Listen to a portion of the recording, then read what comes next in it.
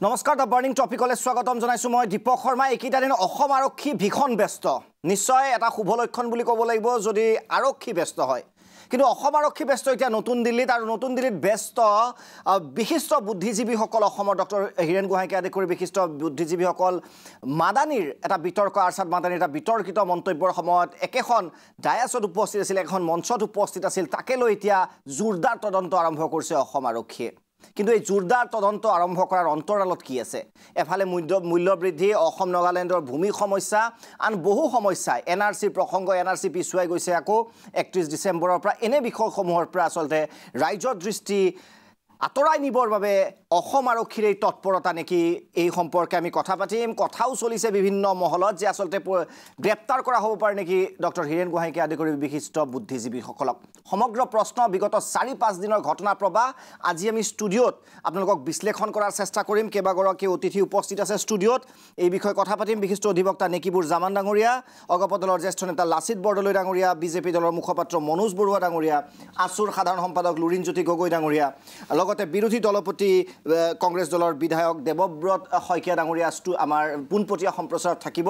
কেৱল সেয়াই নহয় সমগ্ৰ যি ঘটনা প্ৰবাহ যে কোৱা হৈছে যে গ্ৰেপ্তাৰ হ'ব নেকি ডক্টৰ হীৰেন গোহাঁই তথা আন বিশিষ্ট বুদ্ধিজীৱী আইনে কি কয় বিশিষ্ট অধিবক্তা অৰূপ বৰবৰাৰ মন্তব্য আমি আপোনালোকক দেখুৱাম কমল কুমাৰ মেধি নতুন দিল্লীত আছে একমাত্ৰ প্ৰাগ নিউজত শেহতীয়া মন্তব্য আগবঢ়াইছে বিশেষকৈ ধীৰেন্দ্ৰনাথ চক্ৰৱৰ্তী সম্পৰ্কৰ যি বিতৰ্কৰ সৃষ্টি হৈছে সেই মন্তব্য আপোনালোকক দেখুৱাম ডক্টৰ হীৰেন গোহাঁই এই সমগ্ৰ যি বিতৰ্ক আৰম্ভৰ পৰা প্ৰথমতে প্ৰাগ নিউজক একমাত্ৰ প্ৰাগ নিউজক কি মন্তব্য দিছিল সেয়াও আপোনালোকক দেখুৱাম এনে বহু সম্ভাৰৰ জৰিয়তে আপোনালোকক অন্তত এটা সিদ্ধান্তত আহিবলৈ আপোনালোক হয়তো সক্ষম হ'ব যে আসলতে এই ঘটনাসমূহ হৈছে কিয় আটাইতকৈ প্ৰয়োজনীয়ভাৱে প্ৰাগ নিউজৰ editor in chief Ajit Kumar ভূঞাৰ এডিটৰ্ছ ভিউ থাকিব এই সমগ্ৰ জ্বলন্ত বিষয়সমূহ 4-5 দিনত সংবাদ শিৰোনাম দখল কৰিছে এই খবৰসমূহে প্ৰথমতে মই আহিব বিচাৰিছোঁ নেকিবুৰ জামান ডাঙৰীয়া আপোনাৰ ওচৰত আহিব বিচাৰিছোঁ যে এই সমগ্ৰ ঘটনা প্ৰবাহ অসম আৰক্ষী দেখা গ'ল যথেষ্ট এতিয়া ব্যস্ত দেখা গৈছে নতুন দিল্লীত যেন আটাইতকৈ ডাঙৰ ক্ৰিমিনেল ইনভেষ্টিগেশ্যন অসমৰ ইতিহাসত তেওঁলোকে কৰি আছে আপোনাৰ প্ৰতিক্ৰিয়া না মাদানী বা ডক্টৰ হীৰেন গোহাঁই আৰু দিল্লীৰ অনুষ্ঠিত সেই সভাখন সম্পৰ্কত ইতিমধ্যে সমগ্ৰ অসমতেই এটা জোকাৰণিৰ সৃষ্টি হৈছে আৰু এই সম্পৰ্কত কেইবাজনো ব্যক্তিয়ে তেওঁলোকৰ বিৰুদ্ধে দিয়া এজাহাৰৰ প্ৰতি দৃষ্টি লৈ অসম আৰক্ষীয়ে সেই বিষয়ে তদন্তৰ কাম আগবঢ়াই গৈছে তেওঁলোকে ইমান ক্ষিপ্ৰতাৰে আৰম্ভ কৰিছে যেন অসমখন ইতিমধ্যে অসমৰ বুকুৰ পৰা অসমখন কৰবালৈ গুচি যাব মানুহকেইটা পলাই যাব পাৰে ঠিক আছে তদন্ত যেতিয়া এখন এজাহাৰ ৰেজিষ্টাৰ হৈছে তদন্ত কৰিব লাগিব তদন্ত কৰিবলৈ গৈছে তাত আমাৰ আপত্তি কৰিবলৈ একো নাই আৰু যেতিয়ালৈকে তদন্তৰ মূল বিষয়বস্তুটো উত্থাপিত নহ'ব বা তদন্তই যদি ইয়াৰ ভিতৰত থকা চক্ৰান্তটো যেতিয়ালৈকে ফাদিল নহ'ব তেতিয়ালৈকে হয়তো এই গোটেই বিষয়বস্তুটো আমি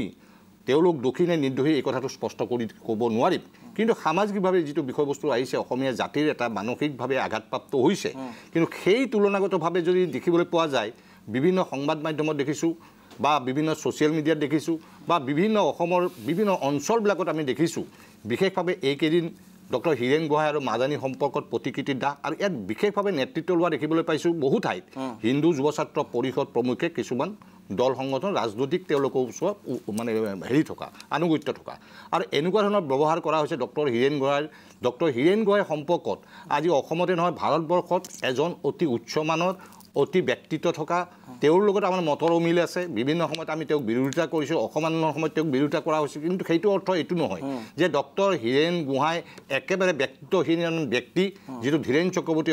অলপতে ক'বলৈ বিচাৰিছিল যে নিতাই পুখুৰী মহাবিদ্যালয়ৰ অধ্যাপক যেন একো নাজানে ভেঞ্চাৰ কলেজৰ পৰা অহা এজন অধ্যাপক তেওঁৰ লগত তুলনা কৰিবলৈ গৈ হীৰেন গোহাঁইৰ নিচিনা এজন ব্যক্তিৰ ওপৰত যি আক্ৰমণ চলালে সেই আক্ৰমণ সঁচাকৈ দুৰ্ভাগ্যজনক আজিৰ দিনত যদি যায় আমি আইন যদি কথাটো হয় আইন সকলোৰে কাৰণে সমান হোৱাটো উচিত কাৰোবাৰ কাৰণে আইন বেলেগ হ'ব বেলেগৰ কাৰণে বেলেগ হ'ব যদি আজি আপুনি মন কৰে যে তাতকৈ জঘন্যতম আক্ৰমণ অসমত আজি বিজেপি দলৰ বিধায়ক হিলাদিত্যদেৱে আজান ফকীৰক কৈছে ইয়াতে বোলে মানুহ মানে হিন্দু মানুহক মুছলমান কৰিবলৈ তেওঁ আহিছিল হিলাদিত্যদেৱে ক'ব বিচাৰিছে যে শুকুৰবাৰে জুম্মা নামাজত বিভিন্নজনৰ মানে তালিবানী আলোচনা হয় এই ধৰণৰ বক্তব্য ৰাখিব বিচাৰিছে তাৰ লগে লগে যদি চাই যে অসমত 97% বাংলাদেশী লোক তাৰমানে আমিও হয়তো বাংলাদেশীৰ ভিতৰত পৰিছোঁ এই হিলাদিত্যদেৱে এই যিটো সাম্প্ৰদায়িক মন্তব্য কৰিছে তেওঁৰ বিৰুদ্ধে থানাত গোচৰ ৰুজু হৈছে কিন্তু আজিলৈকে আইনৰ দৃষ্টিত কিন্তু সমান নহ'ল সেই দিশত যদি চাই যে মৃণাল শইকীয়া বিজেপি দলৰ বিধায়ক তেওঁ ইয়াতে কি কৈছে অসমৰ গোটেই মুছলমান বুলি কোৱা হৈছে মুছলমানসকল ৰোহিংগাৰ দৰে ইয়াতে ব্যৱস্থা কৰিব লাগে তেওঁৰ বিৰুদ্ধে কিন্তু ব্যৱস্থা লোৱা নহ'ল তেনেকৈ যদি যায় আজি সাক্ষী মহাৰাজে কি কৈছিল যে মৃতক যিবিলাক মহিলা মুছলমান মহিলাক কবৰ পৰা ওলাই আনি ধৰ্ষণ কৰিব লাগে কিমান ডাঙৰ ডাঙৰ শব্দ প্ৰয়োগ কৰিছে আৰু শেহতীয়াভাৱে যদি চাই মানে কি তোগাৰীয়াই কি বুলি ক'লে যে 60 লাখ মুছলমানক মাৰি কেনে ব্ৰহ্মপুত্ৰত পেলাই দিব লাগে গতিকে এইবিলাকৰ বিৰুদ্ধে কিন্তু কোনো চৌমতো এজাহাৰ নহ'ল বা এজাহাৰ দিয়াৰ পিছতো কোনো ধৰণৰ ব্যৱস্থা নল'লে কিন্তু আৰছাদ মাদানী এখন সভা লৈ এই সভাখনত কি হৈছিল কি নহৈছিল সভাখন ভুলে ভ্ৰান্তি ক'ত কি হৈছিল কাৰ ষড়যন্ত্ৰ আছিল কংগ্ৰেছ দলে ইয়াৰ পিছত কেনেদৰে মানে কংগ্ৰেছ দলৰ কাৰণ মাদানী হ'ল কংগ্ৰেছৰ মানুহ কংগ্ৰেছ দলৰ ষড়যন্ত্ৰ এইবিলাক ফাদিল কৰিব তদন্ত কিন্তু তাৰ আগতে এনেকুৱা এটা পৰিৱেশ ৰচনা কৰা হ'ল আৰু তাৰ লগে লগে এনেকুৱা ধৰণৰ কিছুমান বক্তব্য ৰখা হ'ল ধীৰেন চক্ৰৱৰ্তীৰ নিচিনা মানুহ যাক আমি সন্মান কৰিছিলোঁ তেওঁ অৱশ্যে আজি জ্যেষ্ঠ সাংবাদিক বুলি নহয় তেওঁ চাকৰিৰ পৰা ৰিটায়াৰ্ড হোৱাৰ পিছতে হোৱা সাংবাদিক জ্যেষ্ঠ ভিতৰত নহয় তাতকৈ জ্যেষ্ঠ হয়তো অজিত ভূঞাহঁতো আছে কিন্তু তেওঁ এনেকুৱা ধৰণৰ পৰিৱেশ সৃষ্টি কৰিলে যোৱাকালি কমল মেধিৰ ক্ষেত্ৰত এটা তাৰ বিৰুদ্ধেতো আজি তেনেধৰণৰ আইনী ব্যৱস্থা এনেকৈতো হোৱা নাই আজি যেনেকৈ দিল্লীত গৈছে তেওঁলোকক গৈছে ভাল কথা তদন্ত এনেকৈ চবৰে ক্ষেত্ৰত যদি আইনখন সমান হ'লহেঁতেন আমাৰ তাত ক'ব ক'ৰবাত নহয় ক'ৰবাত যিটো দৃষ্টিকোণৰ পাৰ্থক্য দেখা গৈছে এই তদন্তসমূহ এটা ভেকু ভাওনালৈ পৰ্যবেক্ষিত হৈছে লাচিত বৰদলৈ ডাঙৰীয়া আপোনাৰ ওচৰত আহিব বিচাৰিছোঁ চাওক প্ৰথম কথাটো হ'ল যে যোৱা কেইদিনমানত মই ভাবোঁ যে অসমৰ সামাজিক শালীনতা ভংগ হৈছে ৰাজহুৱাভাৱে যি ধৰণে কথা বতৰা ক'ব লাগে আনকি কাৰোবাক সমৰ্থন কৰা আৰু বিৰোধিতা কৰাৰ সময়ত মই ভাবোঁ যে সেই শালীনতা আমাৰ বহু পণ্ডিত লোকে বহুত ডাঙৰ ডাঙৰ লোকেও যোৱা সময়ছোৱাত ভংগ কৰিছে এইটো এটা অশুভ লক্ষণ আছাদ মাদানী ডাঙৰীয়াৰ মন্তব্যৰ আমি তীব্ৰ বিৰোধিতা কৰোঁ কিন্তু সেই সভাখনত যদি কেৱল হীৰেণ গোহাঁই হাইদৰ হুছেইনহঁত উপস্থিত থকাৰ কাৰণেই তেখেতসকলকো সমানে দোষী কৰাৰ দৰে কথা কৈছে মই ভাবোঁ এইটো ভুল কথা একেটা যুক্তিতে তেতিয়াহ'লে আমি ধীৰেন্দ্ৰনাথ চক্ৰৱৰ্তীয়ে 50টা নগা মাৰিব লগা বোলা কোৱা সভাখনত মুখ্যমন্ত্ৰী যিহেতু উপস্থিত আছিলে নিজে তেখেতসকলো সমানে দোষী হ'লহেঁতেন কিন্তু সেইটো কথাটো ধৰা হোৱা নাই গতিকে মই ভাবোঁ যে হীৰেণ গোহাঁই ডাঙৰীয়া প্ৰমুখ্যে বুদ্ধিজীৱীসকলক কিছু আক্ৰোশমূলকভাৱে চৰকাৰী পক্ষই হওক বা সমাজত হিন্দুত্বৰ ৰাজনীতি কৰা বা এনেকুৱা ধৰণৰ ৰাজনীতি কৰা এচাম মানুহে অতি আক্ৰোশমূলকভাৱে আক্ৰমণৰ লক্ষ্য কৰি লৈছে যেন আমাৰ অনুভৱ হয় মই তেখেতসকলক নিৰ্দোষী বুলি নকওঁ সভাখন কোনে আয়োজন কৰিছিলে তাত কি হৈছিলে সেইবিলাক নিশ্চয় তদন্ত হওক কিন্তু যি দেখা গৈছে যে লঘু দোষত গুৰু শাস্তি দিয়াৰ দৰে তেখেতসকলক সৰু কথাতে বহুত বেয়াকৈ অপদস্থ কৰা হৈছে এইটো এটা জাতিৰ বাবে শুভ লক্ষণ নহ'ল তেখেতসকল কিন্তু নিঃসন্দেহে আমি এই কথাটো ক'ব পাৰোঁ যে জাতিৰ শুভ চিন্তক ইয়াত কোনো সন্দেহ নাই আৰু শেহতীয়াকৈ আমি যিটো দেখিছোঁ আপুনি আছাদ মাদানী ডাঙৰীয়াৰ সভাখনৰ কথা যদি বাদ দিয়ে NRCৰ আগে পিছে কিছুদিন ধৰি পেলাই সাম্প্ৰদায়িক উত্তেজনা সৃষ্টি হ'ব পৰা কথা বতৰা বা বক্তব্য কিন্তু বহু মানুহে ৰাখিছে তাত মানে বিধায়কৰ পৰা আৰম্ভ কৰি ডাঙৰ ডাঙৰ সংগঠনৰ নেতা বিশিষ্ট বুদ্ধিজীৱীসকলেও ৰাখিছে যি পৰিৱেশটো উত্তেজনা সৃষ্টি কৰিছে মই খালি এটা কথা মানে নিশ্চিতভাৱে ক'ব পাৰোঁ যে আছাদ মাদানী ডাঙৰীয়াই ভুল কথা কৈছে ঠিক কথা কিন্তু আছাদ মাদানী ডাঙৰীয়াই তাত কিবা এটা কথা কৈ দিলেই কাৰণে অসমত জুই লাগি যাব গোটেই মুছলমানসকল হিন্দুৰ বিৰুদ্ধে জঁপিয়াই পৰিব বা একেদৰে আপোনাৰ হিন্দু এখেতৰ কি নাম আছিলে তোগাৰীয়া ডাঙৰীয়াই দিল্লীত বহি পেলাই বা অসমত আহি পেলাই কিবা এটা মুছলমানৰ বিৰুদ্ধে ডাঙৰ কথা এটা কৈ দিলে চব হিন্দু মুছলমানৰ বিৰুদ্ধে জঁপিয়াই পৰিব এনেকুৱা কথা মই নাভাবোঁ অসমত ইতিমধ্যে বহু সাম্প্ৰদায়িক আৰু গোষ্ঠীগত সংঘৰ্ষত মানুহ বিধ্বস্ত হৈ অভিজ্ঞতা হৈছে আমাৰ যে আমি কোনোবাই ক'লেই কোনোবাই উত্তেজনামূলক বক্তব্য দি দিলে অসমৰ হিন্দু বা মুছলমান মানুহে ইটো সিটোৰ বিৰুদ্ধে ৰণত নামি পৰিব বা আপোনাৰ ধীৰেন্দ্ৰনাথ চক্ৰৱৰ্তী ডাঙৰীয়াই পগলভৰ দৰে বক্তব্য ৰাখিব আৰু সেয়ে অসমীয়া মানুহে নগা 50টা মাৰিবলৈ সীমান্তলৈ যাব এনেকুৱা নিশ্চয় সামাজিক শালীনতা খুব এটা সুন্দৰ শব্দ প্ৰয়োগ কৰিছে লুৰিণজ্যোতি গগৈ ডাঙৰীয়া আপোনাৰ ওচৰত আহিব বিচাৰিছোঁ সামাজিক শালীনতা নষ্ট হৈছে নিশ্চয় শেহতীয়া যিটো পৰিস্থিতি হৈছে এইটো গণতান্ত্ৰিক পৰম্পৰা ঐতিহ্যৰ কাৰণে অত্যন্ত ভয়াৱহ আমি একেলগতে সকলো ধৰণৰ সাম্প্ৰদায়িকতাৰ আমি বিৰোধী সেইটো মুছলমান সাম্প্ৰদায়িকতাবাদ বা মৌলবাদেই হওক বা হিন্দু সাম্প্ৰদায়িকতাবাদ বা মৌলবাদেই হওক আৰু সেইকাৰণে গণতান্ত্ৰিক ব্যৱস্থাত যিসকলে দুখ কৰে যিসকলে এনেকুৱা ধৰণৰ বিভেদকামী মন্তব্য ৰাখে সাম্প্ৰদায়িক মন্তব্য ৰাখে মৌলবাদী মন্তব্য ৰাখে সেইসকলক প্ৰতিগৰাকীকে আচলতে এই ন্যায় ব্যৱস্থাত সকলোকে সমদৃষ্টিৰে গণতান্ত্ৰিক ব্যৱস্থাত যেনেকৈ চোৱা হয় তেনেকৈ চোৱাটো উচিত আৰু কোনো কাৰণতে চৰকাৰখন হ'ল সকলো সৰ্বসাধাৰণ ৰাইজৰ সাধাৰণ জনতাৰ তেওঁলোকে সকলোৰে ৰক্ষক বা তেওঁলোকৰ সকলোৰে দায়িত্ব পালন কৰিব লাগে সমতাৰ দৃষ্টিৰে সেই বিষয়টো যেতিয়া গণতান্ত্ৰিক ব্যৱস্থাত কোনো ৰাইজে যেতিয়া নাপাব খেনুক দেখি তেওঁলোকে ৰন্ধা বঢ়া কৰে খেনুক দেখি দুৱাৰ মাৰে সেই কথা যেতিয়া চলিব তেতিয়া মানুহে সাধাৰণতে গণতান্ত্ৰিক পৰম্পৰা বিধি ব্যৱস্থা আৰু ইয়াৰ ঐতিহ্যৰ প্ৰতি মানুহৰ প্ৰশ্ন উত্থাপন হয় আৰু সেইকাৰণে ৰাইজে এতিয়া এই বিষয়টোক লৈ প্ৰশ্ন উত্থাপন কৰিছে কোনোবা এগৰাকীয়ে এনেকুৱা ধৰণৰ অত্যন্ত মানে অনীতিপূৰ্ণ অন্যায়পূৰ্ণ এটা কথা ক'ব ইলিগেল কথা এটা ক'ব এটা খুব বিভেদকামী চিন্তা চৰ্চাৰে পৰিচিত কৰা ধৰণৰ মন্তব্য দিব সেইগৰাকীক ৰাইজে বঁটা বাহন দিব তেওঁলোকক উচ্চ পদ দিব চৰকাৰে আৰু এগৰাকীক কোনোবা এগৰাকীক আকৌ এনেকুৱা ধৰণৰ সাম্প্ৰদায়িক মন্তব্য দিয়াৰ কাৰণে ন্যায় আৰু ব্যৱস্থাৰ প্ৰশাসনিক ব্যৱস্থাৰ মাজলৈ অনাটো আমি আদৰণি জনাইছোঁ তদন্ত হ'ব লাগে যি বেয়া কাম কৰিছে বেয়া কথা কৈছে বিভেদকামী মন্তব্য ৰাখিছে তেওঁৰ ওপৰত শাস্তি প্ৰদান কৰিব লাগে কিন্তু লগে লগে সমান্তৰালভাৱে আকৌ যিসকলে অন্যান্য যিসকলৰ কথা ইতিমধ্যে উল্লেখ কৰা হৈছে প্ৰতিগৰাকী ব্যক্তিক আচলতে তদন্তৰ আওতালৈ আনিব লাগে নিশ্চয় সমতা হ'ব লাগে ইকুৱেলিটি বিফৰ ল বুলি যিটো কোৱা হয় এইবাৰ মই আহিব বিচাৰিছোঁ বিৰোধী দলপতি দেৱব্ৰত শইকীয়া ডাঙৰীয়া আপোনাৰ ওচৰত আহিব বিচাৰিছোঁ শেহতীয়া ঘটনা প্ৰবাহ কংগ্ৰেছৰ স্থিতি যদি আমি কইনা ধৰাৰ পৰা বেলেগ এটা কেতিয়াবা শুনো ৰাজীৱ ভৱনৰ পৰা বেলেগ এটা কি ক'ব শেহতীয়া ঘটনা প্ৰবাহ সম্পৰ্কে প্ৰতিক্ৰিয়া কংগ্ৰেছ বিধায়িনী দলৰ মই গোটেই ঘটনাখিনি NRC লৈ পেলাই শেহতীয়াকৈ যিখিনি হৈ আছে অতি দুৰ্ভাগ্যজনক বুলিয়ে ক'ম আৰু আমি কেতিয়াও এখন অশুদ্ধ NRC নিবিচাৰোঁ আমি যি NRC বিচাৰোঁ সেইখিনি ভাৰতীয় নাগৰিকসকলৰ নাম থকা NRC এখন বিচাৰোঁ এতিয়া এইখিনি কথাৰ মাজতেই গোটেই কিছুমান ঘটনা সাম্প্ৰদায়িকভাৱে হৈ পৰিছে মই এই ক্ষেত্ৰত শেহতীয়াকৈ মাদানী ডাঙৰীয়াৰ মন্তব্যৰ কথালৈ অহাৰ আগতে মই ক'ব লাগিব যে এনেধৰণৰ উচতনিমূলক বক্তব্য কিন্তু অসমৰ দুজন বিজেপি দলৰ বিধায়কে দিবলৈ আৰম্ভ কৰিলে হিলাদিত্য দেৱ ডাঙৰীয়াই ক'লে যে অসমত থকা ৯৭% সংখ্যালঘু মুছলমান বাংলাদেশী ঠিক তেনেকৈ মৃণাল শইকীয়াদেৱেও ক'লে যে অসমত থকা বাংলাদেশীসকলক ৰোহিংগীয়াসকলক খেদোৱাৰ নিচিনাকৈ অসমৰ পৰা খেদাব লাগে আৰু তাৰ পৰৱৰ্তী সময়ত দিল্লীত যিখন সভা হ'ল এই সভাখনৰ মই কিছু বক্তব্য যেতিয়া টিভিৰ বাইট দেখিবলৈ পাইছিলোঁ তাত মাদানী ডাঙৰীয়াই মই কোৱা শুনিছিলোঁ যে আমি কোনো ভাৰতীয়ক বা যিসকল নহয় তেখেতসকলক ভাৰতীয় নাগৰিক হোৱাটো কামনা নকৰোঁ কিন্তু লগতে যিসকলে ভাৰতত ৪০০ বছৰ ধৰি বসবাস কৰি আছে তেখেতসকলক যদি কোনোবাই চক্ৰান্ত কৰি তেওঁলোকৰ নাম NRCৰ পৰা বাদ দিব বিচাৰে তেতিয়াহ'লে অসমত ভয়াৱহ পৰিস্থিতি হ'ব পাৰে আৰু স্বাভাৱিকভাৱে আমি এখন শুদ্ধ NRC বিচাৰিছোঁ ভাৰতীয়সকলৰ বাবে য'ত ধৰ্মৰ কথা নাথাকিব কোনো ভাষা জাতিৰ কথা নাথাকিব তেনে ক্ষেত্ৰত এই গোটেই বিতৰ্কখিনি অহাৰ পিছত বৰ্তমানে যিটো পৰিস্থিতি হৈছে অতি দুৰ্ভাগ্যজনক আৰু চৰকাৰেও এই কথা আশংকা কৰিছিল সেই গতিকে অসম পুলিচৰ ফালৰ পৰা সেনা বাহিনীক এলাৰ্ট কৰা হৈছে 50টা এডিশ্যনেল চেণ্ট্ৰেল পেৰামিলিটাৰী ফ'ৰ্চৰ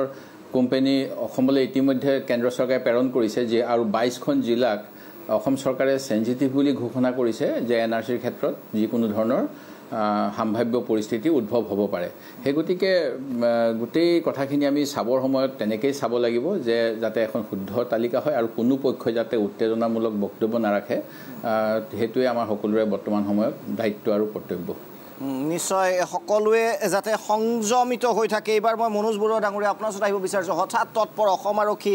NRC মূল্য বৃদ্ধি নাগালেণ্ড অসম সীমা সমস্যা হাজাৰটা সমস্যাৰ মাজত হঠাৎ একাংশ বুদ্ধিজীৱীৰ পিছত চৰকাৰ কিয় চাওক এই গোটেই কথাখিনি যিখিনি অৱতাৰণা কৰা হৈছে এই গোটেই কথাখিনি আপাততভাৱে আমি যদি কেৱল মাত্ৰ আজি অসমত আৰছাদ মাদানীৰ যি সভা আৰছাদ মাদানীৰ যি বক্তব্য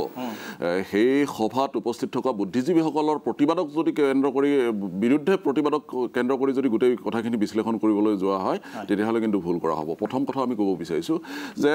ৰাষ্ট্ৰীয় নাগৰিকপঞ্জী উন্নীতকৰণৰ যিটো প্ৰক্ৰিয়া এই প্ৰক্ৰিয়াটো অসমৰ সমাজ জীৱনৰ সৰ্বজন গ্ৰহণযোগ্য প্ৰক্ৰিয়া অসমৰ সংখ্যালঘু হওক সংখ্যাগুৰু হওক উভয় সমাজে ৰাষ্ট্ৰীয় নাগৰিকপঞ্জী উন্নীতকৰণ প্ৰক্ৰিয়াটো সমৰ্থন জনাইছিল গতিকে তেনে প্ৰেক্ষাপটত পৰৱৰ্তী পোনপ্ৰথমতে যেতিয়া 2005 চনত ত্ৰিপাক্ষিক বৈঠকৰ জৰিয়তে আৰু পৰৱৰ্তী পৰ্যায়ত মহামান্য উচ্চতম ন্যায়ালয়ৰ নিৰীক্ষণত বা তত্ত্বাৱধানত প্ৰত্যক্ষভাৱে এই গোটেই প্ৰক্ৰিয়াটো আগবাঢ়িছিল আৰু খচৰা প্ৰস্তুতি পৰ্ব প্ৰায় সমাপনৰ প্ৰক্ৰিয়ালৈ আগবঢ়া সময়ত এটা আশংকা কৰা হৈছিল যে অসমত এই খচৰা প্ৰকাশ হ'লে এটা আইন শৃংখলা জনিত পৰিৱেশৰ সৃষ্টি হ'ব পাৰে। এই শংকা খোদ উচ্চতম ন্যায়ালয়েও প্ৰকাশ কৰিছিল আৰু এই উচ্চতম ন্যায়ালয়ে প্ৰকাশ কৰাৰ পৰৱৰ্তী পৰ্যায়ত ৰাজ্য চৰকাৰে বিষয়টো গুৰুত্ব সহকাৰে বিবেচনা কৰি নিৰাপত্তা ব্যৱস্থা কটকটীয়া কৰাৰ কাৰণে প্ৰশাসনীয়ভাৱে পদক্ষেপ লোৱাৰ কথা ঘোষণা কৰিছিল। সেইখিনি সময়তে আমি এতিয়া আহিব লাগিব যে সেইখিনি সময়ত আজি নতুন দিল্লীত এনেধৰণৰ এখন আলোচনা সভা নিৰ্দিষ্ট কিছু ব্যক্তিক নিমন্ত্ৰণ কৰি অনুষ্ঠিত কৰিব লগা হ'ল কিয়? এই যে মহামান্য উচ্চতম ন্যায়ালয়ৰ নিৰীক্ষণত এটা প্ৰক্ৰিয়া চলিছিল, এই প্ৰক্ৰিয়াটোৰ প্ৰতি কোনো ইয়াত অংশগ্ৰহণ কৰা বা ইয়াৰ উদ্যোক্তাসকল এইসকলৰ কিবা সন্দেহৰ অৱকাশ আছিল নেকি? বা এইসকলে যিটো প্ৰক্ৰিয়া আৰম্ভ কৰিলে আৰু প্ৰক্ৰিয়াত যিসকলে অংশ ল'লে সেইসকলে মহামান্য উচ্চতম ন্যায়ালয়ৰ এই প্ৰক্ৰিয়াটোৰ তত্ত্বাৱধানত আগবাঢ়ি যোৱা এই প্ৰক্ৰিয়াটোৰ প্ৰতি তেখেতসকলৰ কিবা সন্দেহ আছিলে নেকি? এই কথাখিনি আহিব লাগিব। তাৰ পৰৱৰ্তী পৰ্যায়ত যিখিনি কথা আহিলে, পৰৱৰ্তী পৰ্যায়ত আমি এটা কথা নিশ্চিতভাৱে ক'ম যে আজি আৰছাদ মাদানীয়ে যি ধৰণৰ বক্তব্য উপস্থাপন কৰিছে, এই বক্তব্য প্ৰকৃতাৰ্থত অসমৰ কাৰণে, অসমৰ জনসাধাৰণৰ কাৰণে নতুন কথা নহয় বুলি আমি বিবেচনা কৰোঁ। কাৰণ কিয় এনেধৰণৰ বক্তব্য ডিছক্ৰিমিনেশ্যন কিয়? এনে বহু মন্তব্য আছে। আজি আমাৰ বিষয়টো সেই সম্পৰ্কে আমি কথা পাতিছোঁ যে ডিছক্ৰিমিনেশ্যন কিয়? এনে মন্তব্য শিলাদিত্যদেৱৰ আছে, মৃণাল শইকীয়াৰ আছে, হাজাৰটা এনে উদাহৰণ আছে। হঠাৎ চৰকাৰ জঁপিয়াই পৰিছে একাংশ বুদ্ধিজীৱীৰ পিছত কিয়? নাই, এই কথাখিনি আপোনালোকে যদি কয় তেতিয়াহ'লে এই কথাখিনি ভুলকৈ কোৱা হ'ব বুলি ক'ম আমি। এইকাৰণে যে আজি চাওক, আজি যিটো পৰিৱেশ পৰিস্থিতিৰ শংকা সৃষ্টি কৰাৰ বিষয়টো খোদ মহামান্য উচ্চতম ন্যায়ালয়ে প্ৰকাশ কৰিছিলে। গতিকে তেনে এক পৰ্যায়ত আজি এক গুৰুত্বপূৰ্ণ বিষয়, যিটো গুৰুত্বপূৰ্ণ বিষয় লৈ পেলাই সমগ্ৰ অসমতে সন্ত্ৰাসজনিত পৰিস্থিতি এটা সৃষ্টি হৈ যাব পাৰে, সেই বিষয়টোত এনেধৰণৰ স্পৰ্শকাতৰ বক্তব্য প্ৰকাশ কৰি আজি মৰিম কিম্বা মাৰিম ধৰণৰ বক্তব্য আজি কোনে প্ৰকাশ কৰিছে? যিসকলে প্ৰকাশ কৰিছে সেইসকলৰ অসমৰ মাটি পানী বায়ুৰ লগত কি সম্পৰ্ক আছে? 2 নম্বৰ প্ৰশ্ন আমি উত্থাপন কৰিব বিচাৰিছোঁ যে ধৰ্ম নিৰপেক্ষতাৰ প্ৰশ্ন যেতিয়া কৰা হৈছে, আজি একাংশ ধৰ্মীয় শক্তিৰ কথা কোৱা হৈছে, আমি এই প্ৰশ্নটো উত্থাপন কৰিব বিচাৰিছোঁ। আজি এখন কাকতত, বহুল প্ৰচাৰিত কাকতত এগৰাকী অসমৰ বিশিষ্ট চিন্তাবিদে এটা কথা উল্লেখ কৰিছে। অসমীয়া খবৰ কাকতত আজি বিশিষ্ট চিন্তাবিদ হীৰেণ গগৈ ডাঙৰীয়া হিন্দুত্ববাদী নহয়। হীৰেণ গগৈ ডাঙৰীয়াক আমি অসমৰ সমাজ জীৱনে বামপন্থী বুলি ইমান দিনে চিহ্নিত কৰি আহিছোঁ। তেখেতে লিখা কথা এটা কৈছোঁ, এই কথাখিনি কোনো ভাৰতীয় জনতা পাৰ্টীয়ে কোৱা নাই বা অন্য আপোনালোকে আঙুলিয়াই দিয়া ধৰণে কোনো ধৰ্মীয় সংগঠনে কোৱা নাই। আজি কৈছে হীৰেণ গগৈ ডাঙৰীয়াক কৈছে যে ডক্টৰ গোহাঁই ছাৰ এতিয়াও এটা বিকৃত ধৰ্ম নিৰপেক্ষতাৰ তত্ত্বৰ জালত বন্দী হৈ আছে। সেয়ে তেওঁৰ দৃষ্টিত এই কথাখিনি নহয়, এই কথাখিনি আপোনালোকে একপক্ষভাৱে যে কোনোবাই কৈছে, বিজেপিয়ে কৈছে বা অন্য কোনো হিন্দুত্ববাদী সংগঠনে কৈছে, এই কথাখিনি নহয়। যে এই গোটেই কথাখিনি প্ৰকৃতাৰ্থত এনেকুৱা ধৰণৰ কথা যে আমি তেখেতক ব্যক্তিগতভাৱে অসন্মান কৰাৰ পক্ষপাতে আমি মুঠেও নহয়। আৰু আনুষ্ঠানিক বক্তব্য ভাৰতীয় জনতা পাৰ্টীৰ তৰফৰ পৰা আমি আমাৰ জৰিয়তে প্ৰকাশ হৈছিল, কোনো এটা শব্দ কোৱা নাই ব্যক্তিগতভাৱে অসন্মান কৰিব পৰা ধৰণৰ। তদন্ত সকলোৱে ইয়াতে আচলতে স্বাগতম জনাইছে, কিন্তু ট্ৰিটমেণ্টটো ডিফাৰেণ্ট কিয়? অজিত কুমাৰ ভূঞা ডাঙৰীয়া, আপোনাৰ ওচৰত আহিব বিচাৰিছোঁ। ডিফেণ্ড কৰিছে মনোজ বৰুৱা ডাঙৰীয়া স্বাভাৱিকভাৱে যে আচলতে যি প্ৰক্ৰিয়া চলি আছে সি সঠিকভাৱে চলি আছে অসম আৰু অসমীয়াৰ স্বাৰ্থত। তেখেতে এই কথাটো কোৱাত আচৰিত হ'বলগীয়া একো নাই, কিন্তু তেখেতে কৈছে যে এটা হীৰেণ গগৈ কথা কৈছে, মই চাইছোঁ লেখাটো। তেখেতে খুব সুবিধা হোৱাকৈ এটা বাক্য তাত তুলি দিছে, কিন্তু তেওঁৰ অন্যান্য বক্তব্যও আছে ডক্টৰ হীৰেণ গোহাঁই প্ৰসংগত। কিন্তু মই তেখেতে যিহেতু উল্লেখ কৰিলে, মই কওঁ যে যোৱা 2টা দিনত ডক্টৰ অখিল ৰঞ্জন দত্ত, ডুমডুমা কলেজৰ শিৱজিৎ দত্ত, দেৱেন তামুলী, জিতেন বেজবৰুৱা, ৰত্না ভৰালী তালুকদাৰ, মই কেইটামান নামেই উল্লেখ কৰিছোঁ। যোৱা 2টা দিনত এওঁলোকেও বহুত যুক্তিপূৰ্ণ লেখা লিখিছে। গতিকে তেখেতে যিহেতু এটা বাক্য নিজৰ সমৰ্থনত উল্লেখ কৰিলে, তাত মই বেয়া পোৱা নাই, কিন্তু ময়ো এইকেইটা কথা উল্লেখ কৰিলোঁ আৰু মই পঢ়ি চাবলৈ তেখেতসকলক অনুৰোধ জনালোঁ। এই কথাটো এইকাৰণেই মই জৰুৰী বুলি ভাবিছোঁ যে সেইদিনা যেতিয়া সভাখন হ'ল, সেই সভাখনত কোনে কি ক'লে কিন্তু কোনেও ভালকৈ নাজানে, আজিও নাজানে। মই যদি সোধোঁ ইয়াত আটাইকেইগৰাকী অংশগ্ৰহণকাৰীক, কোনেও কিন্তু নাজানে যে কোনে কি কৈছিল। আৰু মই দাবী কৰিব পাৰোঁ যে সেইদিনা একমাত্ৰ প্ৰাগ নিউজত তাত থকা যোগেন্দ্ৰ যাদৱৰ দৰে মানুহ আছিলে, সীতাৰাম য়েচুৰীৰ দৰে মানুহ আছিলে, আৰু অন্যান্য কেইবাগৰাকীও ডাঙৰ ডাঙৰ প্ৰসিদ্ধ লেখক আৰু অধিবক্তা আছিলে তাত। তেখেতসকলৰ বক্তব্য কিন্তু কোনে কি ক'লে আজিও গম নাপাওঁ আমি। আৰু তাত কি হৈছিল আচলতে আমি নজনাকৈ, মই এই কথাটো কৈছোঁ যে আমাৰ জাতীয় জীৱনৰ বহু সংকট আমি অতিক্ৰম কৰি আহিছোঁ, কিন্তু এইটো এটা আমাৰ বেলেগ ধৰণৰ সংকট হৈছে। এই সংকটটো কেনেকুৱা, ইয়াৰ আঁৰত কি আছে, এই কথাটোৱে আমাক উদ্বিগ্ন কৰিছে। আমি পিছদিনাই ইয়াত আলোচনা হৈছে, এই বিষয়টো আমি পাতিছোঁ, কিন্তু আজি আমি আকৌ পাতিছোঁ এইকাৰণে যে আমি দেখিছোঁ যে শেহতীয়াকৈ ছ'চিয়েল মিডিয়া বুলি যিটো কয় আমাৰ, তাত এনেকুৱা কিছুমান বক্তব্য, এনেকুৱা কিছুমান তৰল কথা, এনেকুৱা কিছুমান উত্তেজক কথা, যিবোৰ এখন সুস্থ সমাজৰ কেতিয়াও লক্ষ্য হ'ব নোৱাৰে। মই আটাইকেইগৰাকী বক্তাৰ মানে তেখেতসকলৰ বক্তব্য মই সন্মান জনাইছোঁ আৰু তাত যুক্তি আছে বুলি মই কৈছোঁ, কিন্তু মই এইটো ক'ব খোজোঁ যে বহু সময়ত পৰিস্থিতি বুজি কেতিয়াবা কঠোৰ শব্দ ব্যৱহাৰ কৰিবলগীয়া হয়। পৃথিৱীৰ ইতিহাসত আমি বহুত দেখিছোঁ, বহুত ভাল ভাল লেখকো কেতিয়াবা শাসকক বুজাবৰ কাৰণে, পৰিস্থিতিৰ ব্যাখ্যাৰ কাৰণে কঠোৰ শব্দ প্ৰয়োগ কৰিবলগীয়া হয়। এইটো নহয় যে কঠোৰ শব্দ প্ৰয়োগ, শালীনতা সেইটো হয়, কিন্তু যেতিয়া এনেকুৱা এটা পৰ্যায় পায়গৈ, তাৰপিছত মানুহে কি কৰিব পাৰে। আজি ছ'চিয়েল মিডিয়াত কিছুমান তৰল চিন্তাৰ মানুহে এনেকুৱা কিছুমান মন্তব্য দিছে মানুহকেইজনৰ সম্পৰ্কত, ক'বলৈকে লাজ লাগে। আজি ডক্টৰ গোহাঁই, মই ডক্টৰ হীৰেণ গোহাঁই আৰু অপূৰ্ব বৰুৱাৰ কথা ক'ব খুজিছোঁ, বাকীকেইজনক কোৱা নাই। কেলৈ? কাৰণ তেওঁলোক আমন্ত্ৰিত হৈছিল সেই সভাত কথা ক'বৰ কাৰণে, আৰু তাত সেইদিনা আমি চাব লাগিব এটা কথা। ইয়াত অৱশ্যে আইনী অধিবক্তা অৰূপ বৰবৰাৰ বক্তব্য আছে, মই সেইটো চাম পিছত। কিন্তু মই যিটো কৈছোঁ যে আমাৰ নেকিবুৰ জামানে নে লাচিত বৰদলৈ যিটো উল্লেখ কৰিছিলে, যে ধৰক ইয়াত আটাইকেইজনকে সুধিছোঁ মই, আপোনালোকে এনেকুৱা কোনো সভাত কেতিয়াও উপস্থিত থকা নাই নে, বক্তৃতা দিয়া নাইনে যে অইনে এজন মানুহে খুব এটা সাংঘাতিক আপত্তিজনক কথা কৈছে? মনোজ বৰুৱাৰ জীৱনত, নেকিবুৰ জামানৰ জীৱনত, লুৰিণজ্যোতিৰ জীৱনত, লাচিত বৰদলৈৰ জীৱনত এনেকুৱা বহুত ঘটনা ঘটিছে মোৰ জীৱনত যে আমি একেখন মঞ্চত থাকোঁতে অন্য এজন মানুহে এটা খুব উত্তেজক ভাষণ দিছে। কিন্তু মোৰ প্ৰশ্ন হ'ল, তুমি এগৰাকী অধিবক্তা, তুমি কোৱা যে সেই তাত কাষত বহি থকা মানুহজনে যদি তাত মনে মনে থাকে, তো আইনৰ দৃষ্টিকোণৰ পৰা সেইটো অপৰাধ হ'ব পাৰে নেকি? কিন্তু যদি হীৰেণ গোহাঁই থিয় হৈ, অপূৰ্ব বৰাই থিয় হৈ মাদানীৰ বক্তব্যক যদি সমৰ্থন কৰি কথা ক'লেহেঁতেন, তেতিয়াহ'লে হয়তো আমাৰ আপত্তি থাকিলেহেঁতেন। সেইকাৰণে আমি প্ৰথমে আৱেগত উঠি ভাহি গ'লোঁ আৰু ইমান তৰল কথা বতৰা ক'লোঁ, যি হাইদৰ হুছেইনৰ লগত, ডক্টৰ গোহাঁইৰ লগতো বিভিন্ন সময়ত আমাৰ বিতৰ্ক হৈছে, এটা সুস্থ বিতৰ্ক। লাচিত বৰদলৈ জানে, ৰাষ্ট্ৰ সন্ত্ৰাস, ব্যক্তি সন্ত্ৰাসলৈ আমাৰ যুদ্ধ হৈছে,